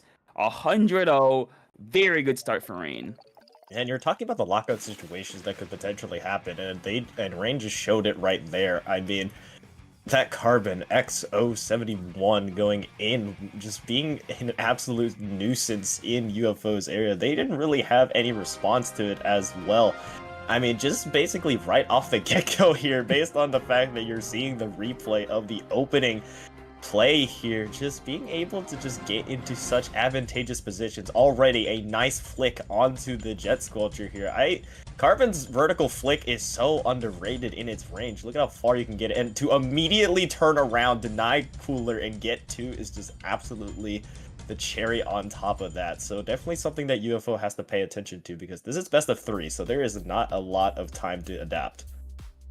Speaking of adapting, they're gonna have to adapt really quickly as we go to game number 2, which is, I believe, on ship shape. Yes, tower ship shape. Now, Carbon, I'm not a Carbon player, so I can't really say, but I feel like it does have a bit less of advantage here. But of course, you do have to be really wary, especially of when you're pushing that tower towards that first checkpoint. The walls that the Carbon can shark up from anywhere from or be very, very dangerous for you. But it looks like both these teams, they just say, hey, enough talking, let's just get straight to it, as we had there's no time at all. Yeah, I actually think that this map can align itself with Carbon, just given the amount of ledges that you can potentially camp, but I want to emphasize the key points of court. You want to get your Carbon into that court, and if you're on the other team, you want to make sure you have strong paint control over that court, because the court allows you to get space there. You do see the switch from UFO going to the new Hydra with Big Bubble. Being able to take control of the tower would allow Rose to kind of just sit up there looking pretty. So let's see how it goes here. You do see that Carbon immediately taken out by that said Hydra. Another pick as well from them as well. They're just moving up this left side, just mowing down players as UFO just continues to move forward. I mean, yeah, you see it once again. I think the change over to Hydra really does help, along with the bubble at the right. Not trying to pop it right away. You know, they have the space they need to get that first checkpoint without the bubble needed. But now, as they make their trek towards this second checkpoint, you might pop the bubble. There it is to protect yourself from the crab. The Carbon as well will finish it off. A couple more. Smith gonna get caught in the crossfire. They're gonna go down as well. So UFO, a very good start, especially with getting that first checkpoint down. But now the question is, can they fend off against Rain here? Yeah, and I think me and you both know, Topic, that second checkpoint is going to be a key point of contention between both sides. Yes, the first checkpoint can be earned relatively easy off of a team fight, but can you go that long distance between the first and the second? That is the true test here. You do see 071 just with this Carbon, seeing if they can try to contest around the tower. On the other side, that Octobrush finding two, actually. Hold on, this Carbon can shoot as well. That Zuka opening things up now for Rain to kind of move forward here on the other side. Just this S-Blast, seeing if they can contest as well. You do see Rain go 3 players down, though, so that earlier pick success does not really add to anything, as we are back to neutral. Yeah, very unfortunate timing. XL7 did really get... Oh, speaking of, they did get a double kill. Unfortunately, their team did go 2 down, so it was kind of like a neutral trade. It's a really big advantage for Rain here. So UFO kind of back to the status quo, I guess, trying to get pressure on the side of Rain here. But looks like the Carbon, along with the crab from Y-Core, is going to cause some damage here. But the Zipcaster trying to at least stop that in the moment. It is going to Gustav going to go down without getting a trade as well. So UFO, though, they are still pushing. They still have the tower on Rain's side, and they're still wasting as much time as possible. But Rain, you have to be a little bit worried if you are UFO, because this could change in a heartbeat. I mean, yeah, you still have half the match to play here. Both sides losing a monumentous amount of players. Rain does have the slight numbers advantage here. 2v2 will happen in mid. The jumps are just coming in. Both sides have activated Cooler as well, so now a little bit of an opportunity to play with here. You do see a player from UFO trying to get that flank. It is the Zap. They unfortunately do go down. Both sides will lose 2 players now in total here, but with Cooler, they will be right back into the action. But we've kind of reached a little bit of a standstill here, Topic, in mid, because of how fast initially UFO was able to push that. Now either team just trying to trade blows, seeing if they can find any opportunity to really move in, but neither really have found much. Yeah, I think UFO, shout out to them, is that they learned from that first game, they're keeping mainly XO7 down, because most of the time, if XO7 is not being the one to aggress, the rest of the team is kind of forced into like a stalemate situation here. But now it looks like Rain kind of taking off the shackles, the Zuka from behind, able to get one, and Rain broken through that first checkpoint, on their way to take the lead, and now begins the long and arduous check towards that second checkpoint.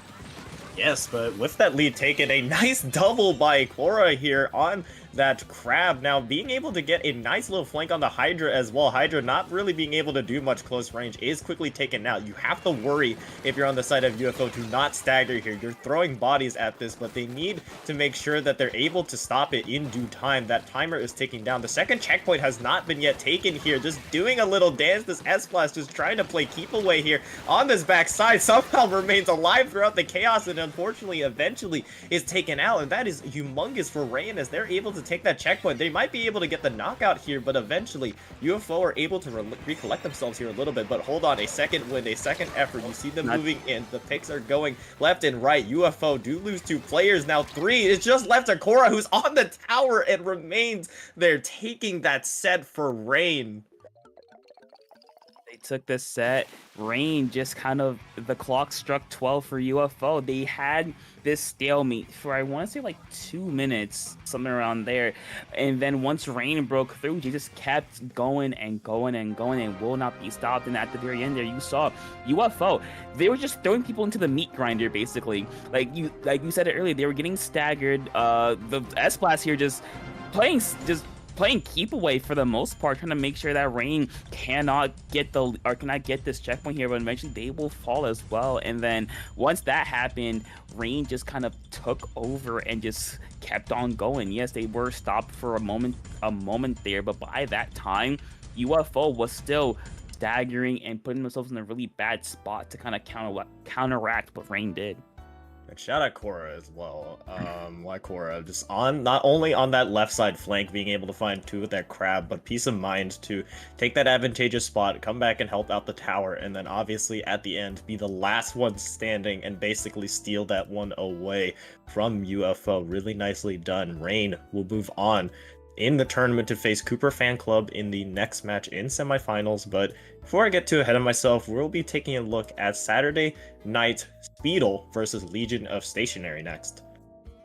Okay, you know what? I'm excited. I don't know if these teams are ready yet, but I'm excited to see, because actually it looks like Saturday night Speedle is the highest seed remaining, being at seed number 20. So a Cinderella run, maybe? Cinderella potentially. They're going up against the heavily favored Legion of Stationary, who just got over a clean 2-0 against C-Drive. They're also a little bit fresher if you care about the little ins and out at all. They are, actually no, both teams have played only one set up until this point, both getting buys just based on the record, I believe, and just how well they did in groups. So we'll just have to wait and see how this goes. You do have this being at a best of 5, and in case you're getting bored of my voice, by the way, there is some stimulation for you on screen. I'm glad to see that that's still coming. We're still rolling with this. So yeah, a lot to look forward to. Yeah, it's just, there's a lot going on screen. Hold on. You got, of course, you got your Minecraft parkour Reddit stories, Family Guy funny moments, and Subway Surfers. You know what? I need this. I need this during Splatoon gameplay at all times to make sure I'm paying attention. Absolutely. I'm just trying to listen to the story here that's being splayed out on that Minecraft thing. It is surely an interesting one. They're always interesting, and they always keep you engaged. I mean, I feel like that's the point of these stimulations. Yeah, just straight stimulation right there. Thank you, Nate. Just straight stimulation, just straight keeping the vibes going. As we set up this next match here, we will be seeing a couple of interesting maps to follow. I believe, if that map list is to be believed and is accurate there on that left side, we do have Inkblot Art Academy Clams, but another one that I saw, I believe, in Game 4, if I'm not mistaken, is always a classic of mine, just a personal favorite, Humpback Pump Track Rain. Okay, Barnacle and Dime is up there as well, another standard mode for this type of stuff. Any thoughts on that? On Barnacle and Dime, or just the map list in general? Barnacle and Dime, honestly, pick your poison. I like it. It's good. It's inoffensive, I would say, other than, the streets being a little miffed, because, that's where a lot of, wipers, blasters, rollers like to go. But other than that, pretty good map. But I will say, Eagle Eyes Urchin Underpass, that's all. I believe, if I'm not mistaken, the general consensus, I believe, at the moment is zones or tower. If at a stretch, like All of zones should be both of them. All of them. All of them. All of them. Have you seen Clam's Urchin? Yes, I have. You sick. You are sick. I know. Why? You know what? That's it. Legalized Turf War Urchin Underpass only. No. Yes. Absolutely. That is just straight up evil. Like, I know FT, like I know that, like I know we embrace chaos, but you might be breaking like the universe with that one. But, yeah, Vito, thank you. No. Thank you. Absolutely not.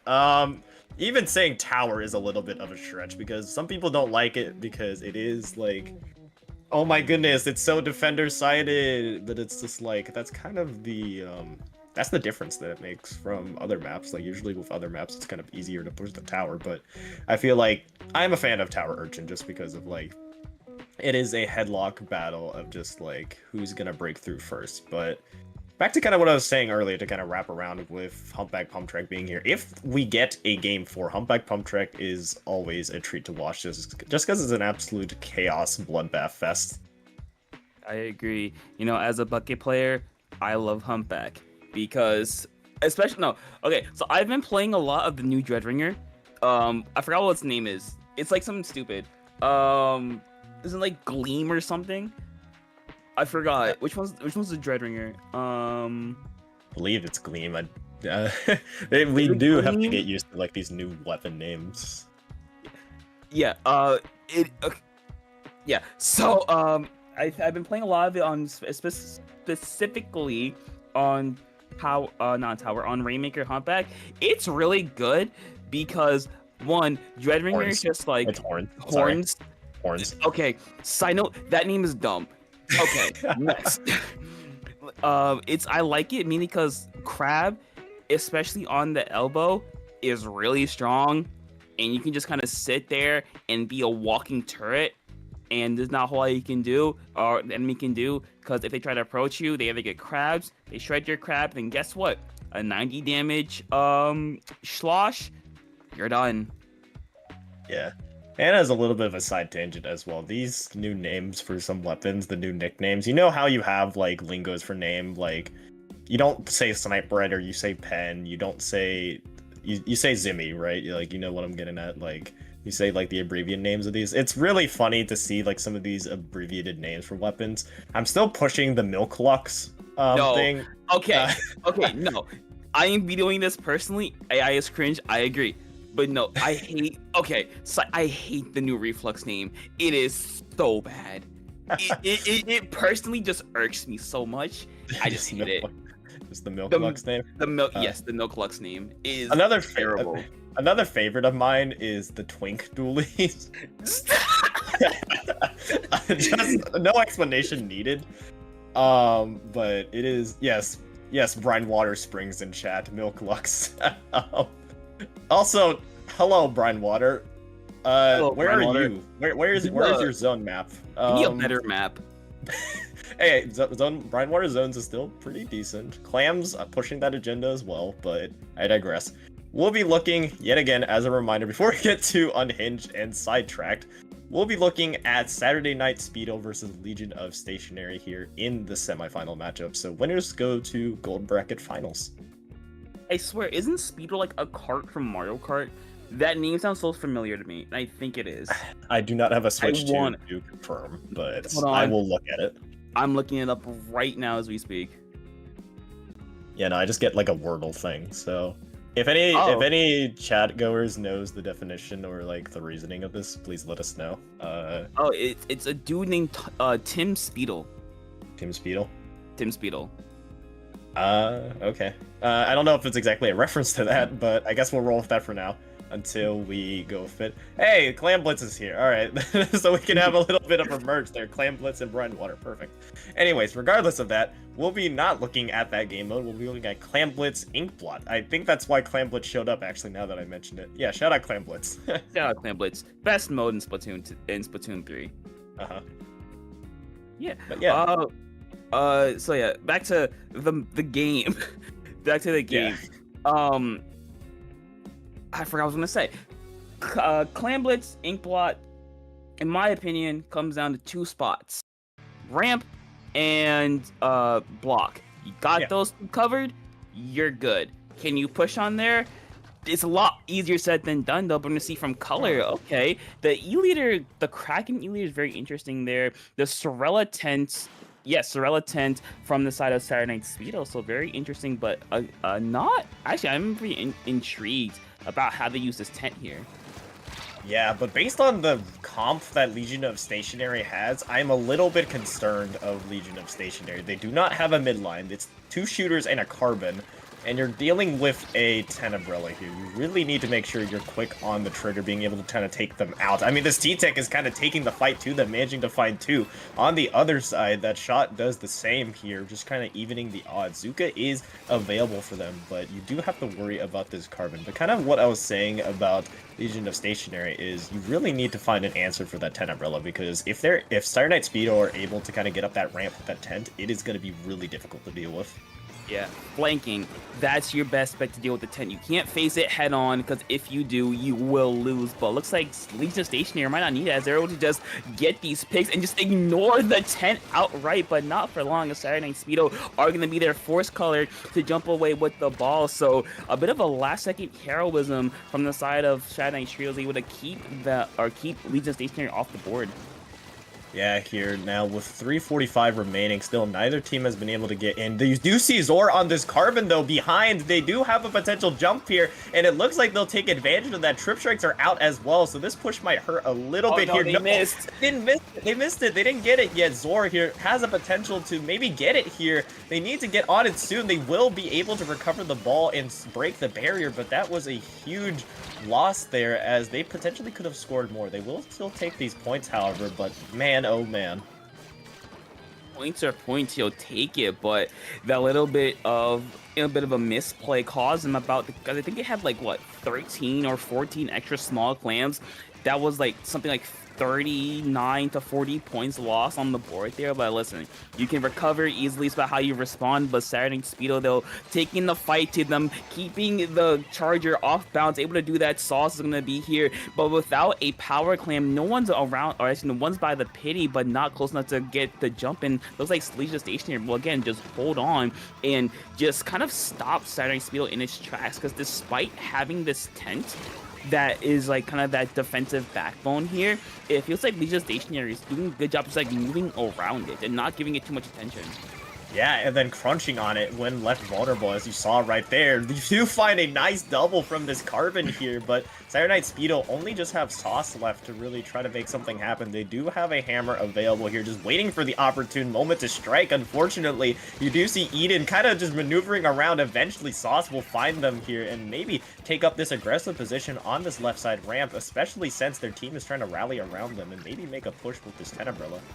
Yeah, because we're 3 minutes into the game. Saturday Night Speedo has yet to score. They have a even advantage here, trying to do something here. I said the tent going a very aggressive spot on this bats here, but they do have a Zuka, as you can see, waiting for their perfect opportunity to strike. One Zuka's gonna come out from Saturday Night Speedo, looking for even more. Zora going straight for the tent, breaking the shield, going straight for the player themselves, but forcing them to back away. And Saturday Night Speedo here just kind of stuck once again. I think their biggest issue, at least for now, is that they're pushing. It's just they don't have the resources. Nice snipe there. They don't have the resources to really commit a whole lot, because they had an advantage there, but it was just they had what, like 5 clams to work with and all. I mean, I like the idea of what they were trying to do. They were trying to kind of do what Legion of Stationary were doing on the other side and trying to take that bat's control with that Tenebrella, but you did have the carbon kind of contesting them. I believe they did have a ball that was formed and pity as well. They just weren't able to really get in because, like you said, they didn't really have those resources to kind of move in. Now with a minute left, however, with 2 players going down, I believe, to that Zuka, I think time is running out for Saturday Night Speedo to really make something going. Eden will find one. Well, they'll find one there onto Eden, but it's now Legion of Stationary on the back, being able to get some more clams on the board here.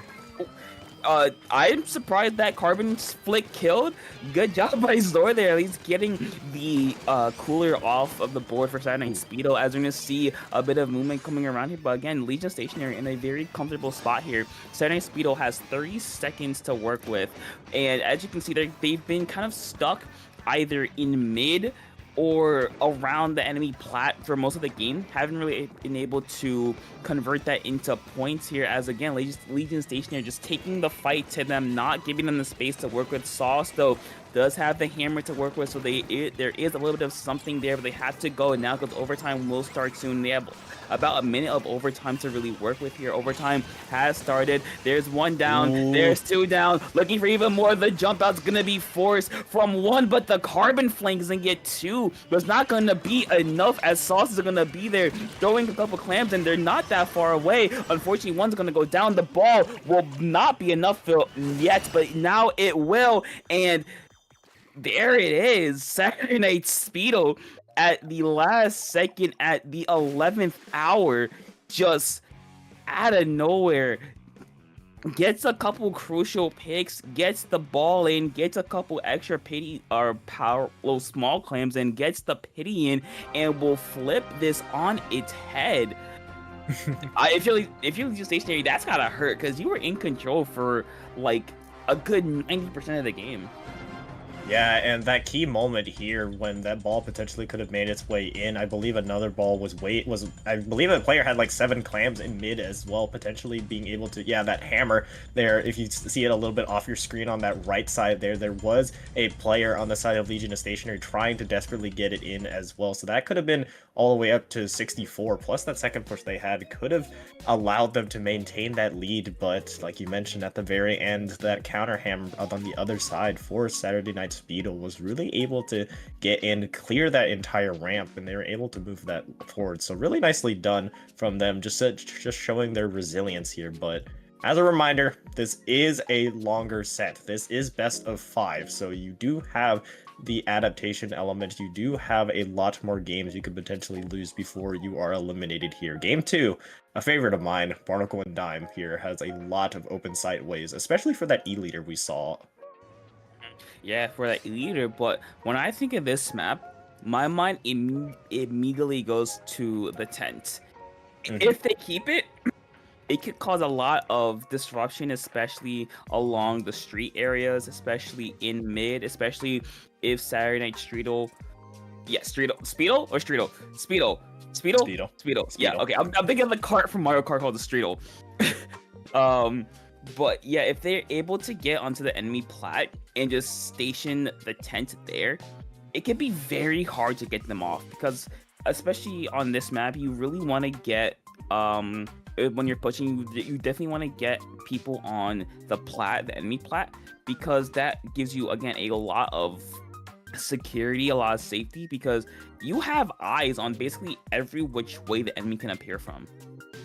For sure here. Taking a little bit of time to maybe potentially adapt here. We will be waiting to see what we got in store for us. But I mean, I saw a lot to love there from Saturday Night Speedo, just being able to kind of recollect themselves after that initial push. I mean, I love the Wiper gameplay as well, just being able to kind of get that hammer in. That's what won them that first game. Let's see if they stick with it, maybe to cause a little bit of disruption here, and maybe try to work around that tent again. As you do see now going over to that blue E-leader now, just being able to kind of push in on the other side. You do see the return of the Tent Umbrella. I believe the same comp coming out from Saturday Night Speedo on the other side. Lots of changes. Yeah, you got the blue leader, you got the Dreadbringer, personal favorite of mine, and the mint decaf. So a lot more paint heavy comp, especially with that decaf mint that can really take over the zone here. Here's the Resider coming out right away. The tent will block it and punish Legion Stationary for a bit of an over aggressive play. But now Legion Stationary just gonna go and try to get more points on the board here. Is able to take the lead. Sauce with the hammer coming out looking for one, able to get a double kill. 2-for-1 special, why don't you? Yeah, nice shot from the E-leader as well. Color really allows Legion of Stationary, despite losing 2 players, to kind of just stabilize a little bit here. Zone heavily contested by both sides. Zuka being invested. Saturday Night Speedo also has a Zuka of their own, decides to use it here. Will it find any value? Just shooting at that plat, and unfortunately does go down here. You do see, unfortunately, that Viper does as well, as Legion of Stationary forcing the 3-down situation on Saturday Night Speedo will get advantageous position now, and with that kill on the edit, Avery will get that wipeout, and still doing damage is this Decaf Zor. Very dangerous spot if you're a Saturday Night Speedo, because color is set up here. If they're able to get a couple of picks, it could be a very, very short game for UC. The 10 going to be placed down, try to force their way in. The Zuka's going to come out getting rid of the E-Leader right away. Unfortunately, for the Stationary is going to get 2v2 trade on both sides here, trying to get something going. Another one's going to go down, no mint decap, but you see that Reef Slider is going to be at the ready for Saturday Night Speedo. If they decide to go for zone, they're going to go for zone pretty much uncontested, actually. So Legion Stationary just feel like their defense kind of broke through once that E-Leader went down. Yeah, another shot, just trying to move up with that Zuka. And feeling the pressure from the decav here. You do see the decav did go down, so 4v3 will be had. On this left side, the 10 Umbrella just taking names, managing to find one, unable to find the second here. But still, out of their penalty, Saturday Night Speedo holding firm. Avery there, holding down the fort on that edit. Sauce going in, managing to find one, managing to find two. Could find a third with the hammer. Really nicely done there. Finding the opening that Saturday Night Speedo needed to try to get back into this match, and still chasing these players to the ends of the earth as well. And now in a very tricky spot is Legion of Stationary. To go right now, you lost the lead, 20 seconds left. Legion Stationary getting 2 members down. The sniper getting a nice pick there, and the combination of the Dreadringer plus mint decaf is going to be enough to recapture the zone relatively easily there. Now, if you're Legion Stationary, I think the biggest help for you is going to be that bubble. That's unfortunate timing there. Is going to be that bubble, mainly because it can kind of protect your frontliner being that Dreadringer there. But unfortunately for them, Saturday Night Speedo just going to fight back again and again. Unfortunately, they're not going to get the zone quite yet. Yeah, oh my goodness, a really nicely placed bomb finds 2, I believe. I believe that suction was mainly meant to get the jump here, but now an opening for Legion of Stationary to take this lead right back. Reef Slider is available, Edit is down, 2 players in total for Saturday Night Speedo fell there. So now it is just left to the Viper and the Hammer really just to try being the only resource to really get in, but it doesn't look like they will because that Reef Slider comes in at the perfect time, canceling out any hope of Saturday Night Speedo getting right back into it. And now 1-1. We have a set here, Topic. Yeah, just fighting back on both sides, both teams. They really, I would say they took advantage of getting onto the enemy plat, getting a lot of points out of it.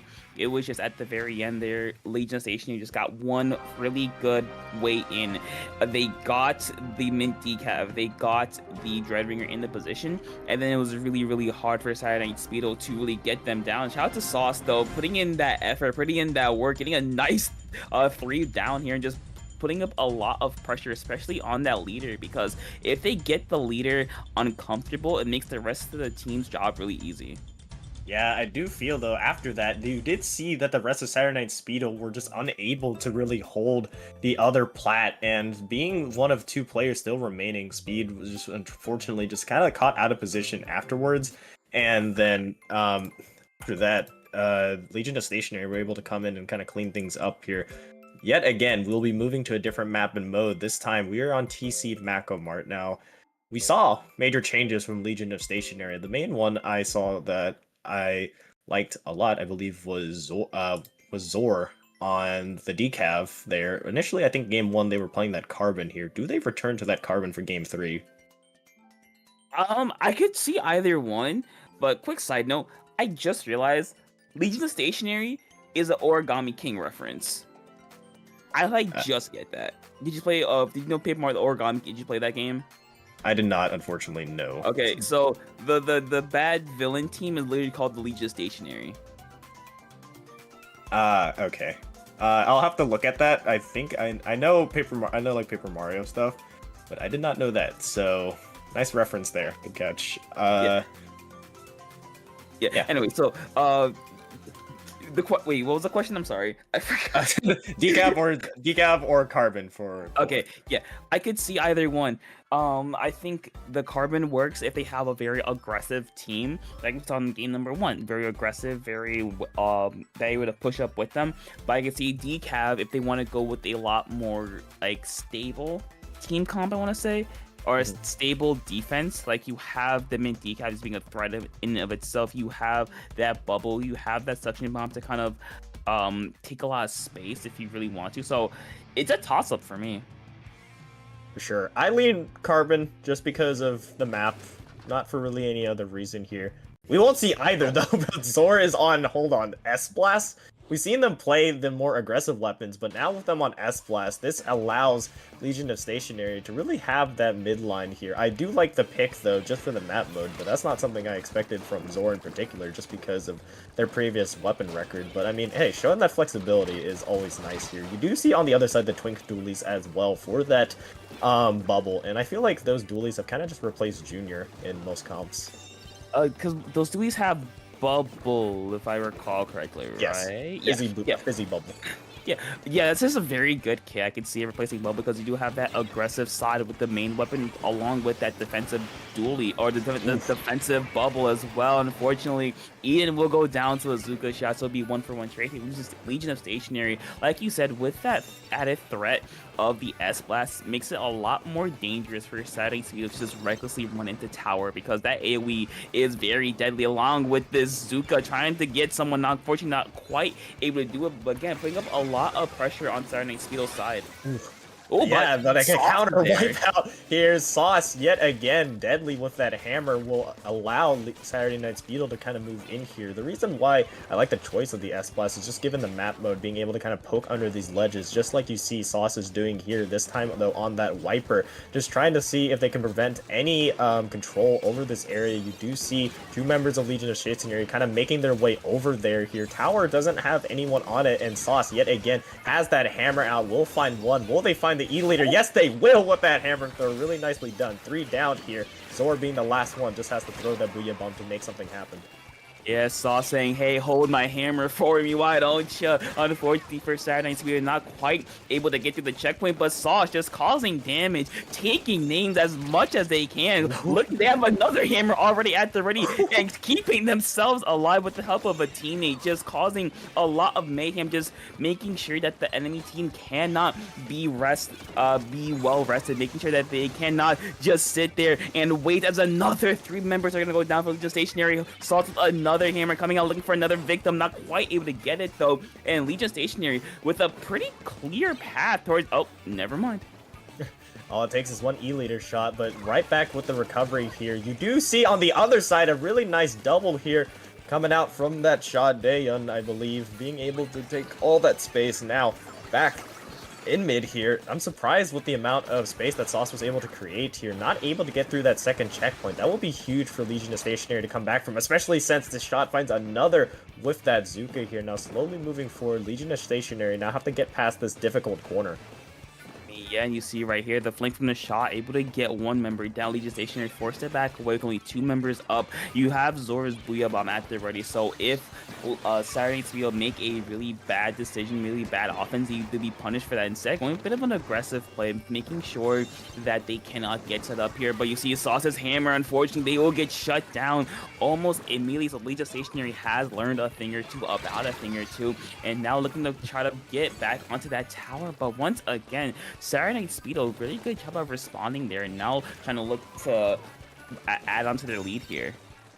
Yeah, but no lead is safe. 1 minute and 35 remain here. Still a little bit of time to really work with here. The sharking shot finds 1. Will they find any more here on the side of Saturday Night Speedo? Just threatening this right side stack here. Zuka will be popped. Nice shot onto Color there. 3 players in total fall. Close blank. Zuka won't find the mark, but the follow-up shot will.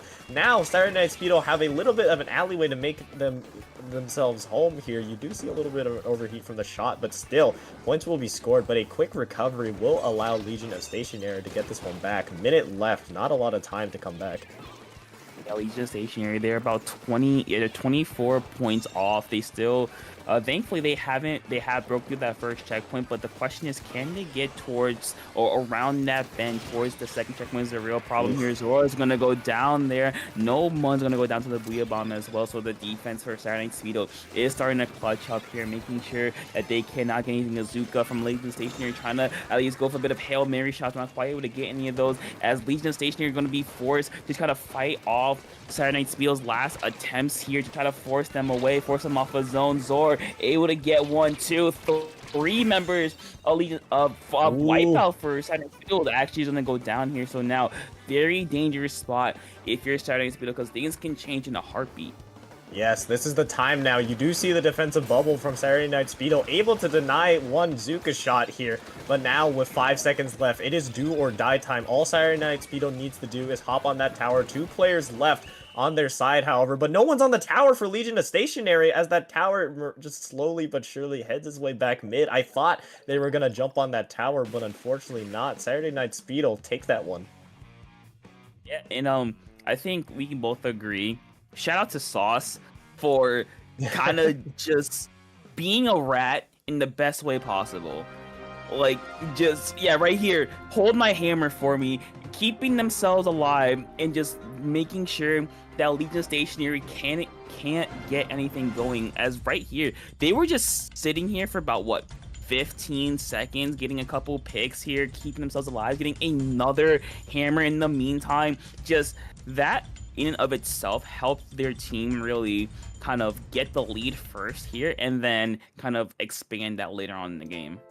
Yeah, I was watching during that entire moment and just wondering, how are you alive? Like, Sauce just managing to stay alive through all that, at least stalling enough for the rest of their team to kind of recover and help them clean up some fights, which is absolutely amazing to watch here. But yeah, Saturday Night Speedo now 1 game away from getting this set. If this back and forward is a pattern to go with, though, let's see if Legion Stationary have anything to really recover from, because we do get a game for Humpback Pump Trap, because this is going to be a very, very interesting map here. I'm expecting at least 1 or 2 changes from both sides, honestly, just based on how these teams have adapted based on map mode. Do you think you think Legion Stationary will bring back the Carbon? Because they brought it game 1, and I mean, again, I don't play Carbon, but this is a really good Carbon map because you have ledges and you have humps and hills you can work with. That's really good. But do you think that they'll bring back the Carbon? Because I think it could work. I absolutely think they should. I mean, Chor here did well on that S-Blast, but this is not one of S-Blast's strongest maps. If anything, you'd rather play a closer range blaster on this map, but we haven't seen that from them, so I'll digress. But I think they definitely should bring back that Carbon. This is Carbon's just absolute feeding grounds, just really being able to kind of pop up out of nowhere. The map kind of just gives yourself to that chaotic atmosphere, and if the rest of Legion of Stationary are able to kind of set Zor up for that, I think they'll do well. On the other side of Saturday Night Speedo, I do hope they still keep those Twink Dualies, because those Dualies can be really, really good util, just for the bubble, really. But not only that, but also the fizzy spam on this map, especially around those narrow alleyways, like after that first checkpoint. Yeah, I'm not calling them those Dualies, but yes, the Dualies are, I think, very helpful because, again, like you said, fizzy spam, especially around that elbow on the left side, is very hard to get around, especially if they run double fizzy, which I don't think they will, but if they do, it could be almost impossible to move because it's just fizzy, fizzy, fizzy, fizzy, fizzy. Hey, here's a bubble, you can't move it again. Fizzy, fizzy, you get the point. Yeah, and it's similar to a junior in that way of just being able to kind of spam your sub, and you do see that Carbon return here. Actually, on the other side, it is, yeah, Saturday Night Speedo still sticking with those dualies here, just being able to give that bubble control. Still no midline from them, really, but I mean, on this map, this is where you can afford to not have a midline here. E-Leader still standing firm for Legion of Stationary. Interesting choice here, but a really nice shot there from them, really just to open things up. Color, just trying to see if they can find anything going, just trying to see if they can support any fights here, but both sides, actually, Saturday Night Speedo will lose 2 to open things up, and that could lead to Legion of Stationary moving in here. Not if Sauce has anything to say about it, though, but Topic, me and you know, when Sauce has that hammer, you need to watch out, and guess what they have? Yeah, they have the hammer. You have to watch out, have to be ready, because anything can pop off at any time. Zor shutting that down. The hammer coming out from Sauce, getting one, looking for a second one, not quite able to get it just yet. Unfortunately, will get blocked by the wall there. Could have been at least a double kill on the side of Sauce there, but looks like Legion Stationary, unfortunately. They're going to go 3 members. Oh, no. Saturday Night Speedo's going to go 3 members down there, so stopping there before even had a chance to start here. Legion Stationary with a good opportunity to get the checkpoint. Not quite enough, though. Zor with the Zuka looking for one, not quite able to find anything just yet. Actually, no, yes, they are. Last second, able to find one and possibly keep Legion Stationary's hold going.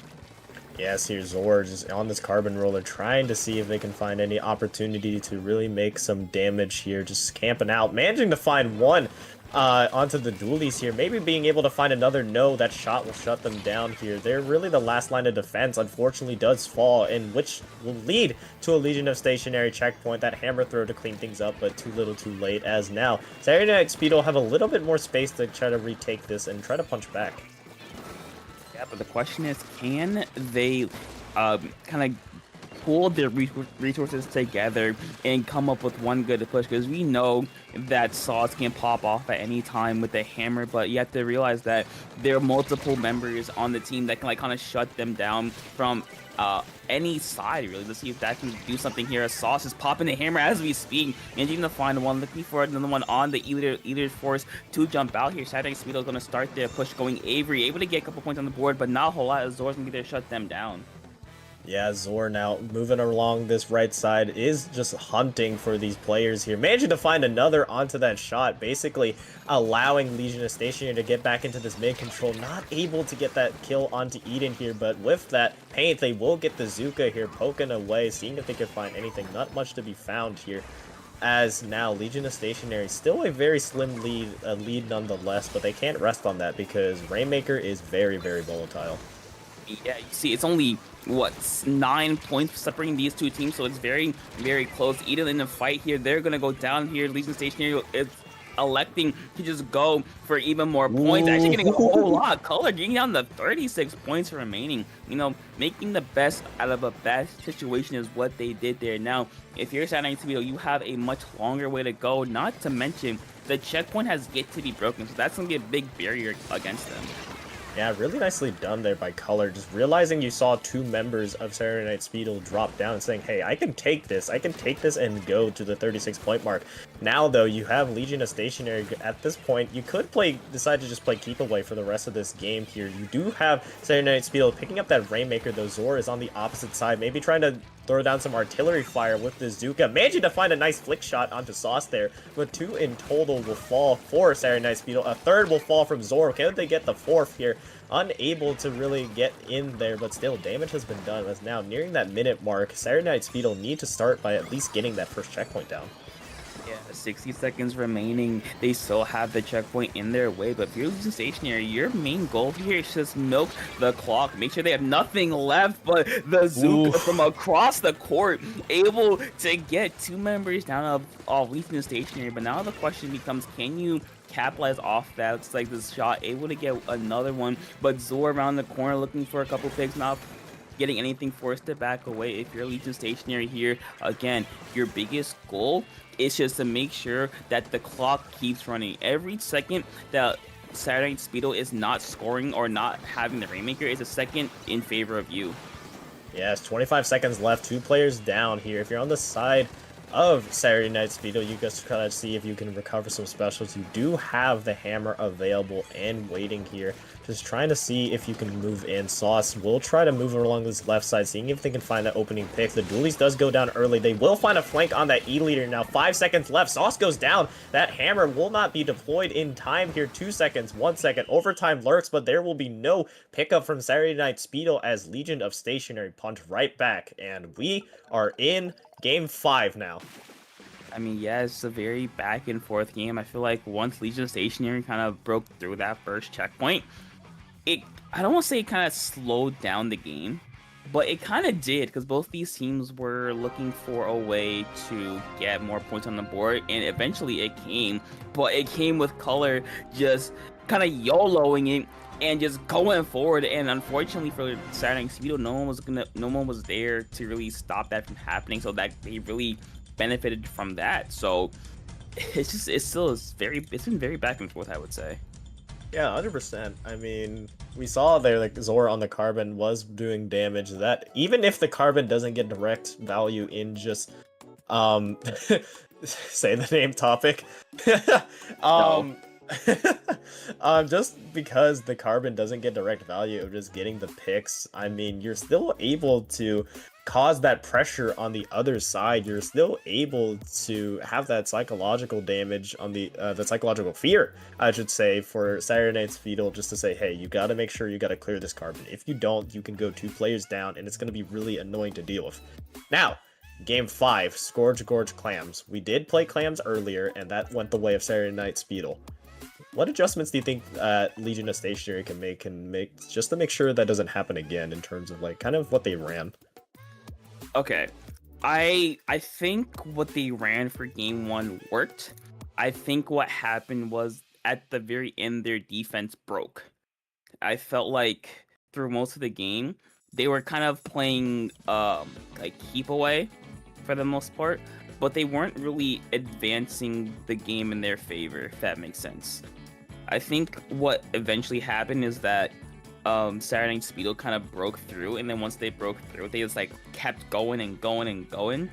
So I think if you're Legion Stationary, I think the biggest goal is to score early, score often, and just make sure that Saturday Night Speedo cannot get their whole like teams in order to get a bigger push than you. Yeah, basically discombobulate. That's your entire goal. Just really keep up that pressure. We do see the return of the tent, which I like on this map. I mean, Inkblot was a good choice for it. Here on Scourge, another great choice for it. It's just because of how narrow that alleyway is up until that basket. Zor will be on the decav, however, so you will have the bubble coming out from that. No Twink dualies will be seen here. Let's see if they can cause some damage here on an insta-kill weapon, and a very aggressive one at that. Yeah, we're gonna see here, but Saturday Speedo opening up the fighting early, getting a quick pick, but Color able to cancel that out really quickly here. Zor going for 1 and going for 2, not quite the triple yet. They will be shut down, but that in and of itself gave Legion Stationary the space to work with to kind of get Saturday Speedo off of their backs and give them time to, you know, recollect themselves. Yeah, you gotta make sure you don't go too fast, though, because the team is there. Zor, though, is already on the side of Legion of Stationary, already right under the basket with a bubble as well. The hammer will come in from Sauce, finding 3, unfortunately. Wolves put an end to that one, but I mean, the speed there from Zor to move into that elbow area and take that space was just absolutely incredible. Now, Sauce and the rest of Saturday Night Speedo try to do the same here. You do have them just trying to see if they can collect some clams. 3 members of Saturday Night Speedo will converge on this right side, so we're reset to a little bit back of neutral here, but Saturday Night Speedo do have a little bit of an advantage, popping both of those Zukas at the same time.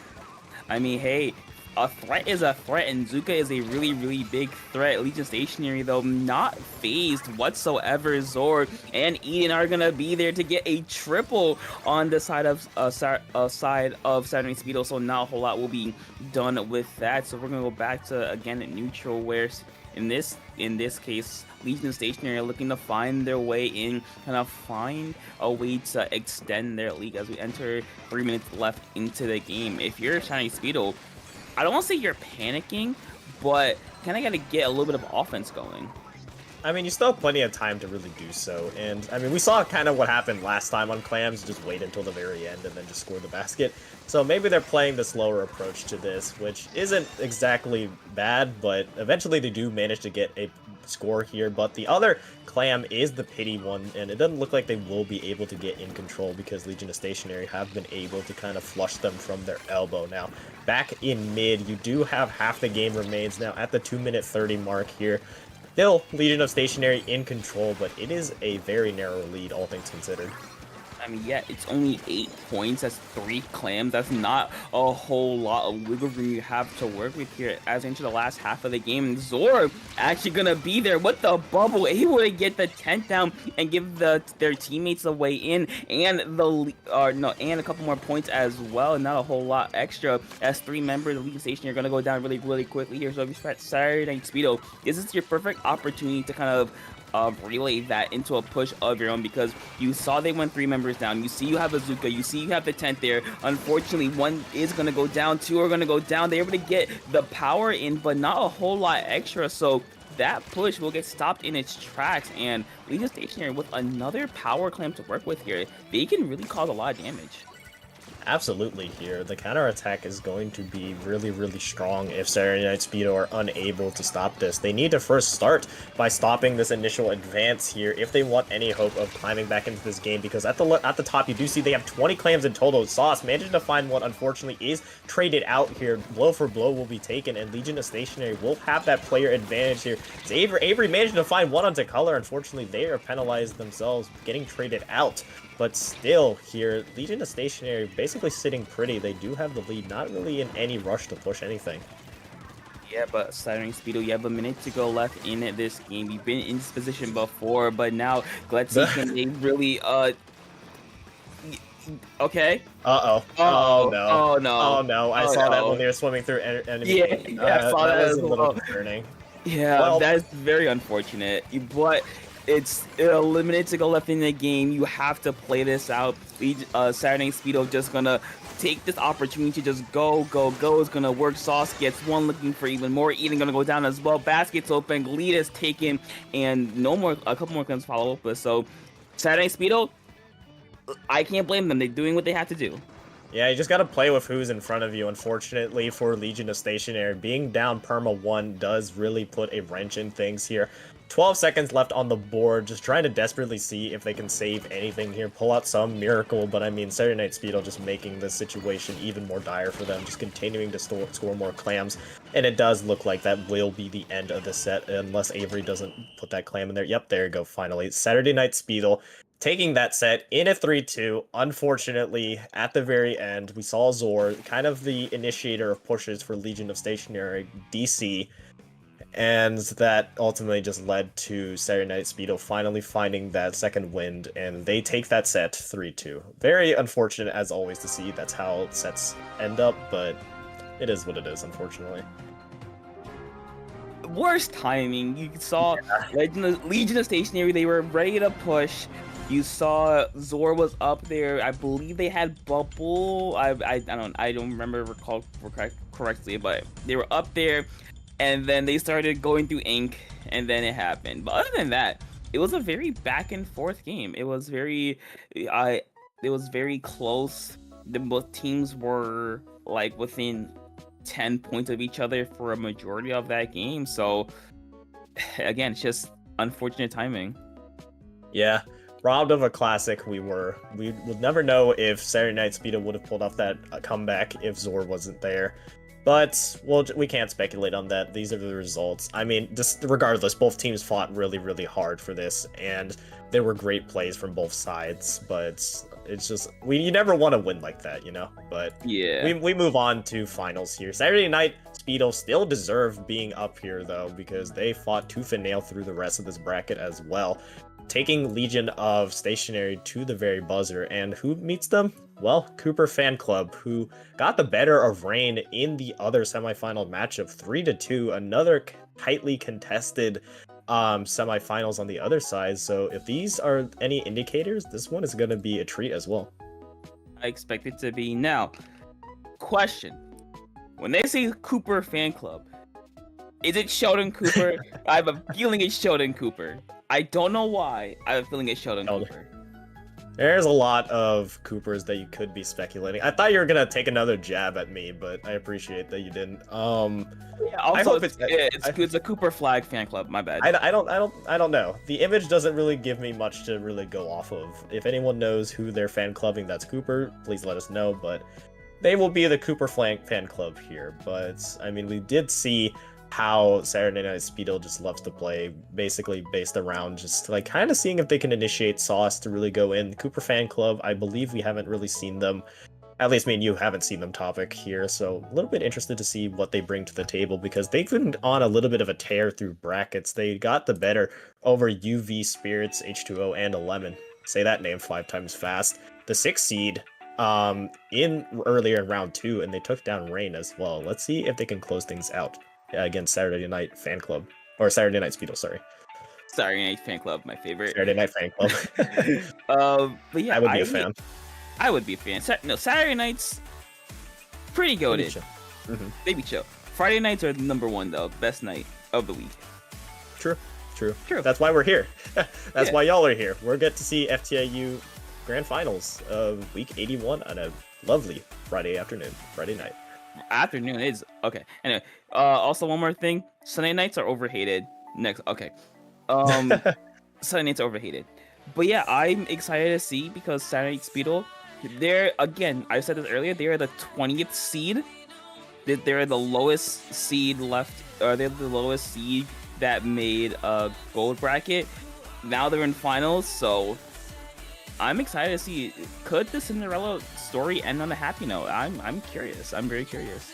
Oh wait, hold on. I think I might have an idea who Cooper is. Is it that golden retriever? I think like it's a little niche, but I do know there's like a Dallas, Texas like golden retriever. Team captain's dog? Okay. That's perfect, actually. They have so much to play for then. That's perfect. In my head, it's still Sheldon Cooper. No. Okay. Aw. So Cooper, that's adorable. We stand Cooper. No bias at all, but I mean, it's a dog. Come on, like we gotta give a little bit of props there. But anyways, regardless, these two teams will fight. This is the finals here. The winner will be FTIU banned. You made it this far. You need to finish the job here. Best of 5 will await us, and we saw right there. I believe first match is going to be Rainmaker. Yeah, Rainmaker Museum. I would not be surprised if someone or two people don't immediately go for that right side flank. Especially from what we've seen from Saturday Night Speedle, it could be Sauce and one other going there, kind of cause some disruption and make something happen. Or we could see no one opt to go for it because it could be expected and just go straight for Pop, which is a little iffy because Pop isn't really that important on this map because it doesn't cover a whole lot of area other than like the top spinner, of course. Yeah. And I'm kind of taking a look at Cooper Fan Club, and I'm now realizing that it's basically Paladins. Paladins, a team I see very, very commonly in FTIU. Most recently, I believe I do believe they did win Reach. I just forget which Reach, but yeah, that's basically Cooper Fan Club is just Paladins plus Daniel, who is from Idiot Reapers, another common team that we do see around the FTIU's landscape, but just to let you know that. They also, for some reason, have a 3100 X Power badge, which is interesting. Congratulations? Now, I don't know how much that really translates to it, but I mean, yeah. That exists. They do not have any results to really kind of go off of that proves that, but I mean, I digress. Yeah, so Idiot Reapers, Daniel. On the other side, thank you, Jordan, from just telling us the little bit of ins and outs of these teams. Saturday Night Speedle, very new to this FTIU thing. They really do not have that many results to really kind of that kind of assumes, oh yeah, they would be top FTIU contenders. But I mean, here they are here, proving everyone wrong, given they were the 20 seed. But enough yapping for me. Let's just jump into it. Game 1. I mean, yeah, both these teams already kind of know what to expect from Saturday Night Speedle, but from Cooper Fan Club, kind of, I don't say a mirror, not okay. I don't say mirror match, not quite, but the Wiper headed are the same on both sides. But Rune going with the Neo Splash for a bit. You know, that paint coverage, that supportive weapon. But another interesting weapon is, of course, the Octobrush Nouveau with, I believe, 10 missiles, if I recall correctly. So, very annoying if you're going to be Saturday Night Speedle. Yeah, for sure. Here, taking a look at things, you do see the interesting Octobrush choice. I believe that is the one with beacons, if I'm not mistaken. So, Yes, really giving the rest of Cooper Fan Club really some space to kind of just move in, get to those beacons. Really just, if you die, you're back into the fight, no problem. Sauce here will be camping this ledge as Wipers do. 2 players do go down for Saturday Night Speedle. Now 3 in total, just left to the Rainmaker to kind of run for the hills. There's really not really any space to do so, though, as Avery falls. Now that is a delayed wipeout. You have Daniel with this hammer available. See if they can make something happen going on this ramp here. But I mean, specials just being farmed from both sides here. The nuclear war is about to happen right in mid. Yeah, there we go. The first bomb's gonna be dropped. Rune gonna go down in a trade. Unfortunately, 2 members down on Cooper fan club. So it does kind of take the wind out of their sails a little bit here, but they do have a cooler at their ready, so not a whole lot will be lost. Starting to be looking to get something going. Daniel's gonna go down to Sauce's Hammer, looking for even more. Going in to against the heavy edit is not quite able to get it. As Saturday Speedo, they've been only able to score 2 points so far, so not a whole lot of progress is being made on their side. Yeah, you do see Go Lurk on this left side, just trying to see if they can get up that cooler in time before that Rainmaker is reset. Just being able to give Cooper Fan Club a little bit more fighting power with that. They will pop that cooler here, but you do see on this bottom left side that 2 members of Saturday Night Speedo have kind of caught themselves a little bit out of position now. Cooper Fan Club will take advantage of that, managing to find one. Daniel moving in with that hammer, almost finds one, but still the Rainmaker checkpoint will be popped. Daniel will get that eventual pick on that right side, looking for more along this ledge here, but still keeping up the pressure is Cooper Fan Club. I mean, yeah, that's kind of what you want to do here with their comp. They have the brush, they have the wiper, they have the splash. 3 very up and in-your-face weapons. So keeping up the pressure is a very, very good thing. You're going to see the dualies popping, the bubble kind of keep themselves a nice little safe space to work with here along with their teammates. Unfortunately, they're forcing themselves to just dodge around. The checkpoint will not be broken yet for Saturday Night Speedo, but it is a whole lot closer, though. Only 3 points separating these 2 teams.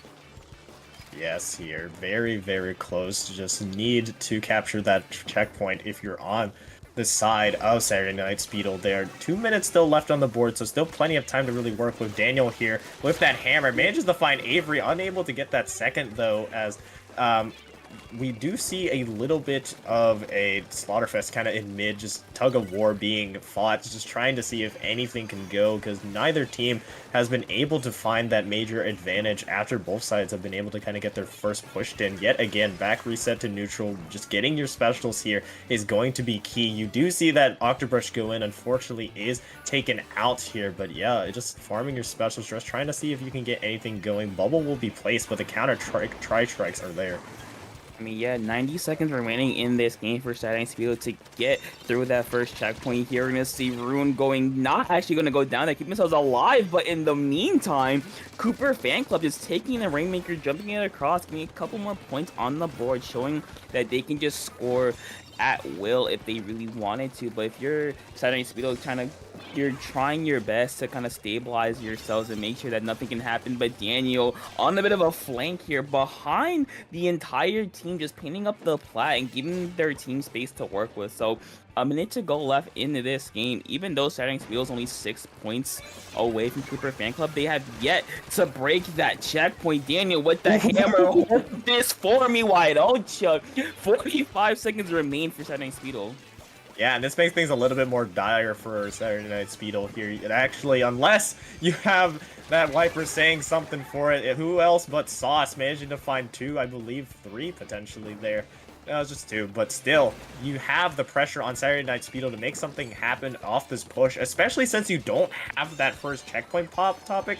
You're gonna eventually have to fight for this Rainmaker here, but eventually I think there was a flanking player behind from Cooper Fan Club. It was Daniel there on that ramp, just camping, waiting for the rest of the members of Saturday Night Speedo to move around. They have the hammer ready, just waiting here, threatening this Rainmaker pickup. 5 seconds left. Daniel finds one here, but will there be a pop? Yes, there will. Will there be a pickup, though? No. Daniel positions himself so well on that ramp. The trip strikes to boot as well, and Cooper Fan Club will take game 1 in this grand finals. Yeah, I think we saw Daniel very briefly. It was when Saturday Speedo was getting off of their plat. Daniel was just sitting in a little pile of ink on the side of the ramp. Yeah, on the side of the ramp, and just sat there and just got a pick and just kept Cooper Fan Club's pressure up, since Saturday Speedo had to go back and respect Daniel just being the presence for them. And here again, eat this hammer. As Cooper Fan Club, they just, again, they kept up the pressure. They have a very up in your face comp with the brush, with the wiper, with the splash, that they can just kind of, I don't say run you, kind of just like run you down. Yeah, and it was right after that play that we just saw on screen too. After that double from the hammer, they were eventually pushed back. But I mean, being able to, like, I saw it out of the corner of my eye. I was curious who it was, but it actually was Daniel in that bottom left corner. So really nicely done from them. Definitely something that it's definitely something that Saturday Night Speedo has to worry about here, just to make sure they clear their alleyways. But hey, maybe Rainmaker isn't their mode. What might be their mode here is Splat Zone's Mahi Mahi being our game 2. I don't know, mainly because with Cooper Fan Club having such a fight-heavy comp, very in-your-face comp, especially before the water level drops, I think it's very much in their favor because you have to fight close quarters, and they've shown that they can fight very well in close quarters, especially with the support of the splash with strikes, the suction bomb with just brush being the brush and the wiper being the wiper. We could see Cooper Fan Club getting to like 55-50 very quickly here. Yeah, 100%. And this is one of those maps that are very lockout heavy. Now, you really got to be careful about those ledges. Ledges will kill you. Both teams running those Vipers, yeah, definitely wear a life vest as well so you don't fall into the water. It is... we don't hope that on anybody that falls on this, but if we catch you on stream doing that, we will point and laugh briefly. But regardless of that, you need to be careful about those ledges for both sides. This creates a very, very difficult situation to kind of push back into. And if you're on the team that's trying to retake, your specials really, really need to matter. Yes, please fall in the water. It will be hilarious.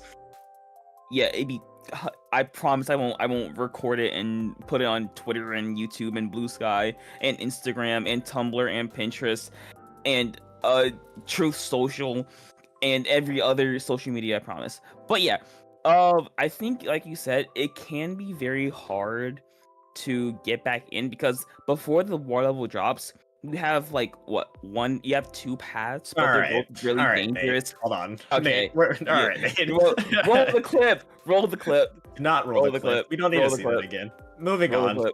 Yeah. I feel like it's very easy to get locked out because you have 3 main options, right? You have go in front of the snipe, which is going to be protected, go on the drop right next to snipe, again very protected, or you can go on the islands on the far left, which are very exposed and are very, I won't say obvious, but it's very hard to go there sneakily, if that makes sense. Yeah, 100%. It's really difficult for both these teams to kind of really get through that, but again, it's gonna be a duel of blades here, I believe. Okay, we really just like, okay, I'm not even gonna acknowledge it anymore. You'll see it. But regardless, we're gonna really having that sword fight there. Both teams rolling with their wipers, so it's gonna be a matchup to watch for sure because I believe this is a really strong map for Hammer. I mean, it's a very flat map. I mean, you do have a little vantage point here and there, but really, if you're just able to kind of hammer away, being able to kind of just use that hammer like Pac-Man to Ghost, just really being able to just hunt, it can be really, really strong. And let's see if Saturday Night Speedo can kind of regroup themselves there after that initial game 1 loss. I mean, yeah, like we saw them. Oh no, they won game 1 last set. We saw they lost a couple games. They regrouped themselves and they were able to fight back and win this set. But we're gonna see if they were to continue that streak into game number 2 here, as both these teams are ready to go here from Cooper Fan Club. The switch over to the Range Blast. I believe that's the one with Kraken. Yes, it is the Kraken Range Blast beside Saturday Night Speedo. The tent has returned for Saturday Night Speedo, so a very big help for them there. Yeah, for sure. You do see Cooper Fan Club going with the Neo Splash, a favorite of mine for painting here. You are able to get those trip strikes really, really effectively, really just being able to kind of take advantage of that. Now, on the other side with that Tenebrella, do love that choice here. Very flat map will lead itself to the benefit of the Tenebrella here. Both sides just trying to desperately fight over this mid control. Not really either side finding really big advantages. Just 1-for-1 trades happening all over the place here. Now, Specialist is being used. That hammer's canceled from Cooper Fan Club here, and another 2v1 happening on this right side. Strikes are had, but still, eventually it does look like Saturday Night Speedo will eventually get that 1-player advantage here and force Cooper Fan Club to retake. Yeah, they're forcing them back. So just coming out, able to actually get the Neo Splash. Very, very big help to Saturday Night Speedo here. As the lead will be as the actually no, two members are going to go down there. Sauce Wow, surviving somehow, some way, as Saturday Night Speedo able to get down to 40 points remaining for Cooper Fan Club has a chance to fight back. You see that Rune here building up the strikes to possibly go in, but there they go. Strikes are going to be out there, but going onto the zone, not quite able to recapture it themselves, but Dion's going to drop too, along with the Kraken. That might be able to force their zone, but no, two members are going to go down here. The Kraken will be stopped by the tent shield. They will go down. 10 ticks remain. Cooper Fan Club has to go right here, right now. Able to go, able to get it. Dino getting one, getting two. Looking for even more, not quite able to get it. But Saturday Night Speedo, they were able to recapture the zone for even just a second and gave, Cooper Fan Club captured the zone, and they were able to give Saturday Night Speedo a very, very big penalty here.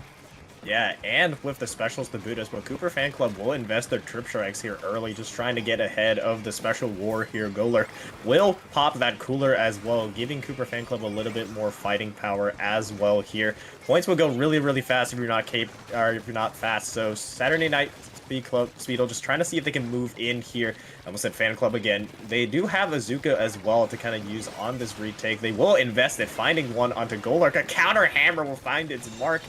Coming out from Daniel there, now on the other side, you do see this blaster just trying to see if they can move in, trying to poke away, but really tug-of-war fighting here, and it is for a good reason. If you're able to control this zone on Maki, lockout situations are such importance.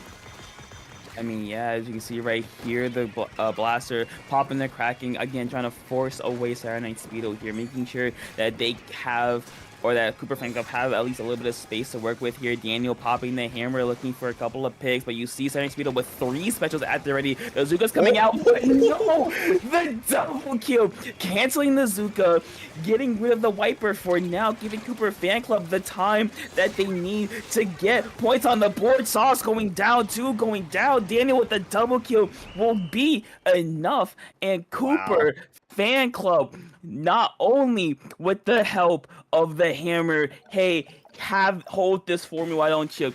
Also, Daniel getting a really crucial pick on the Sauce there, as Sauce dropped down with the hammer will give Cooper Fan Club a very, very nice comeback win and take the set 2-0.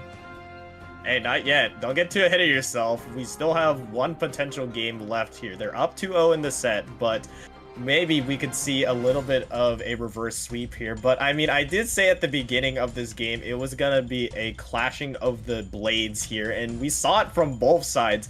Sauce at the I believe the 3-minute mark, around that, on that push from Saturday Night Speedo, were able to get 2 of a bomb, jump up, get a third, but of course, the highlight, Daniel there at the very end, getting 2 of the hammer, counteracting the other hammer, like you mentioned there, got the better of them, and like you mentioned, what a comeback from them. They were down very, very big there. I believe Saturday Night Speedo had only 7 points on the board, and now we're looking at a potential sweep for Cooper Fan Club, a potential reverse sweep for Saturday Night Speedo.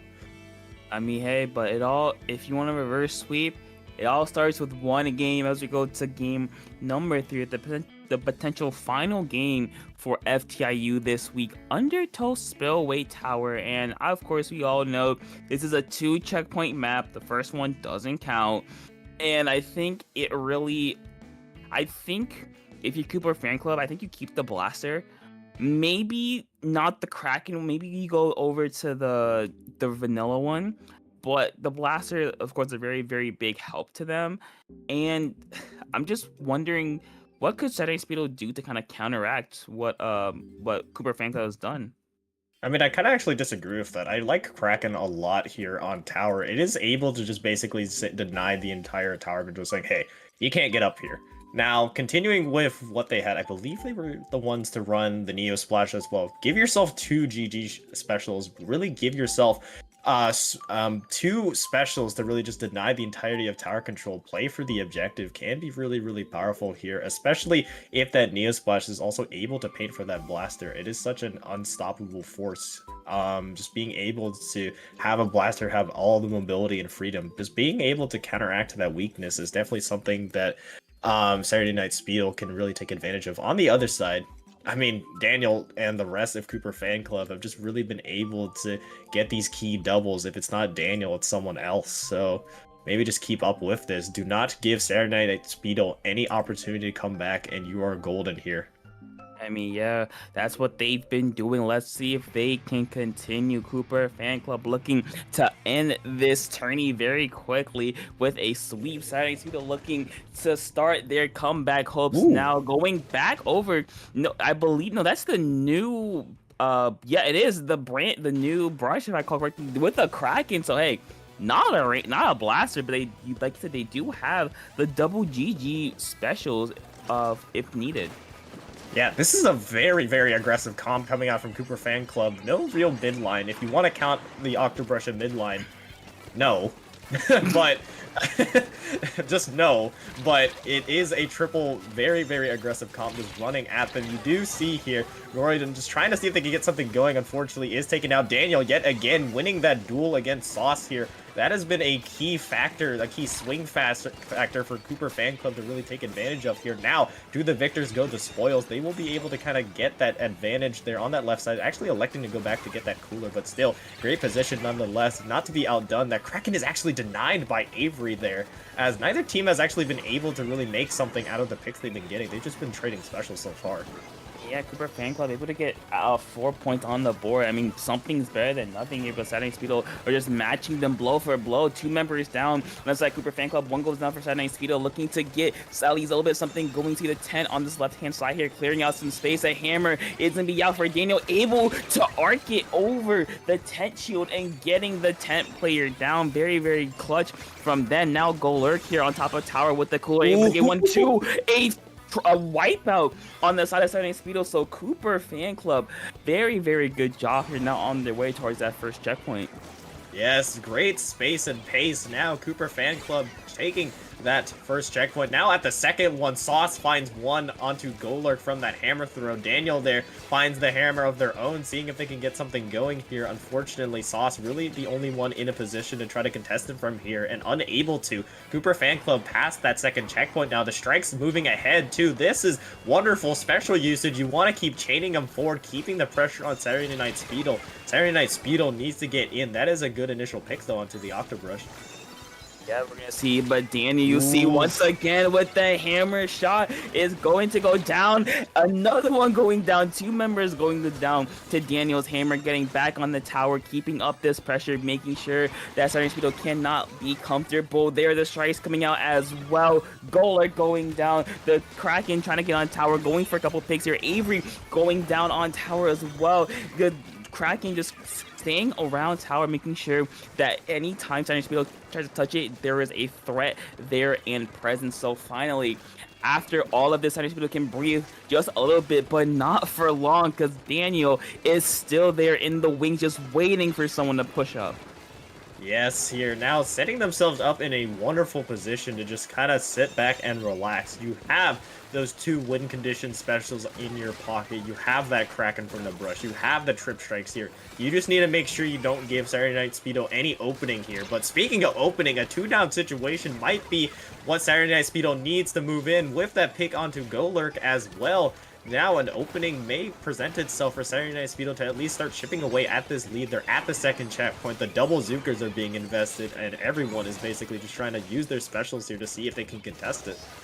Yeah, but the question is, did they use their specials a bit too early? It looks like, no, never mind, they didn't, as they're able to break through that second checkpoint relatively easily here. But now can they make this strike towards that third checkpoint? Looks like the answer will be no. Kraydonk there, or Kraydonk on the brush, able to get a nice double kill to stop that in their tracks. A little over a minute to go left in this game. Now, if you're Cooper Fan Club, I think the biggest thing for you here is keeping the tower on Saturday Speedo's side of the map to make sure that they don't have, so that they waste time getting tower back to mid before they start pushing.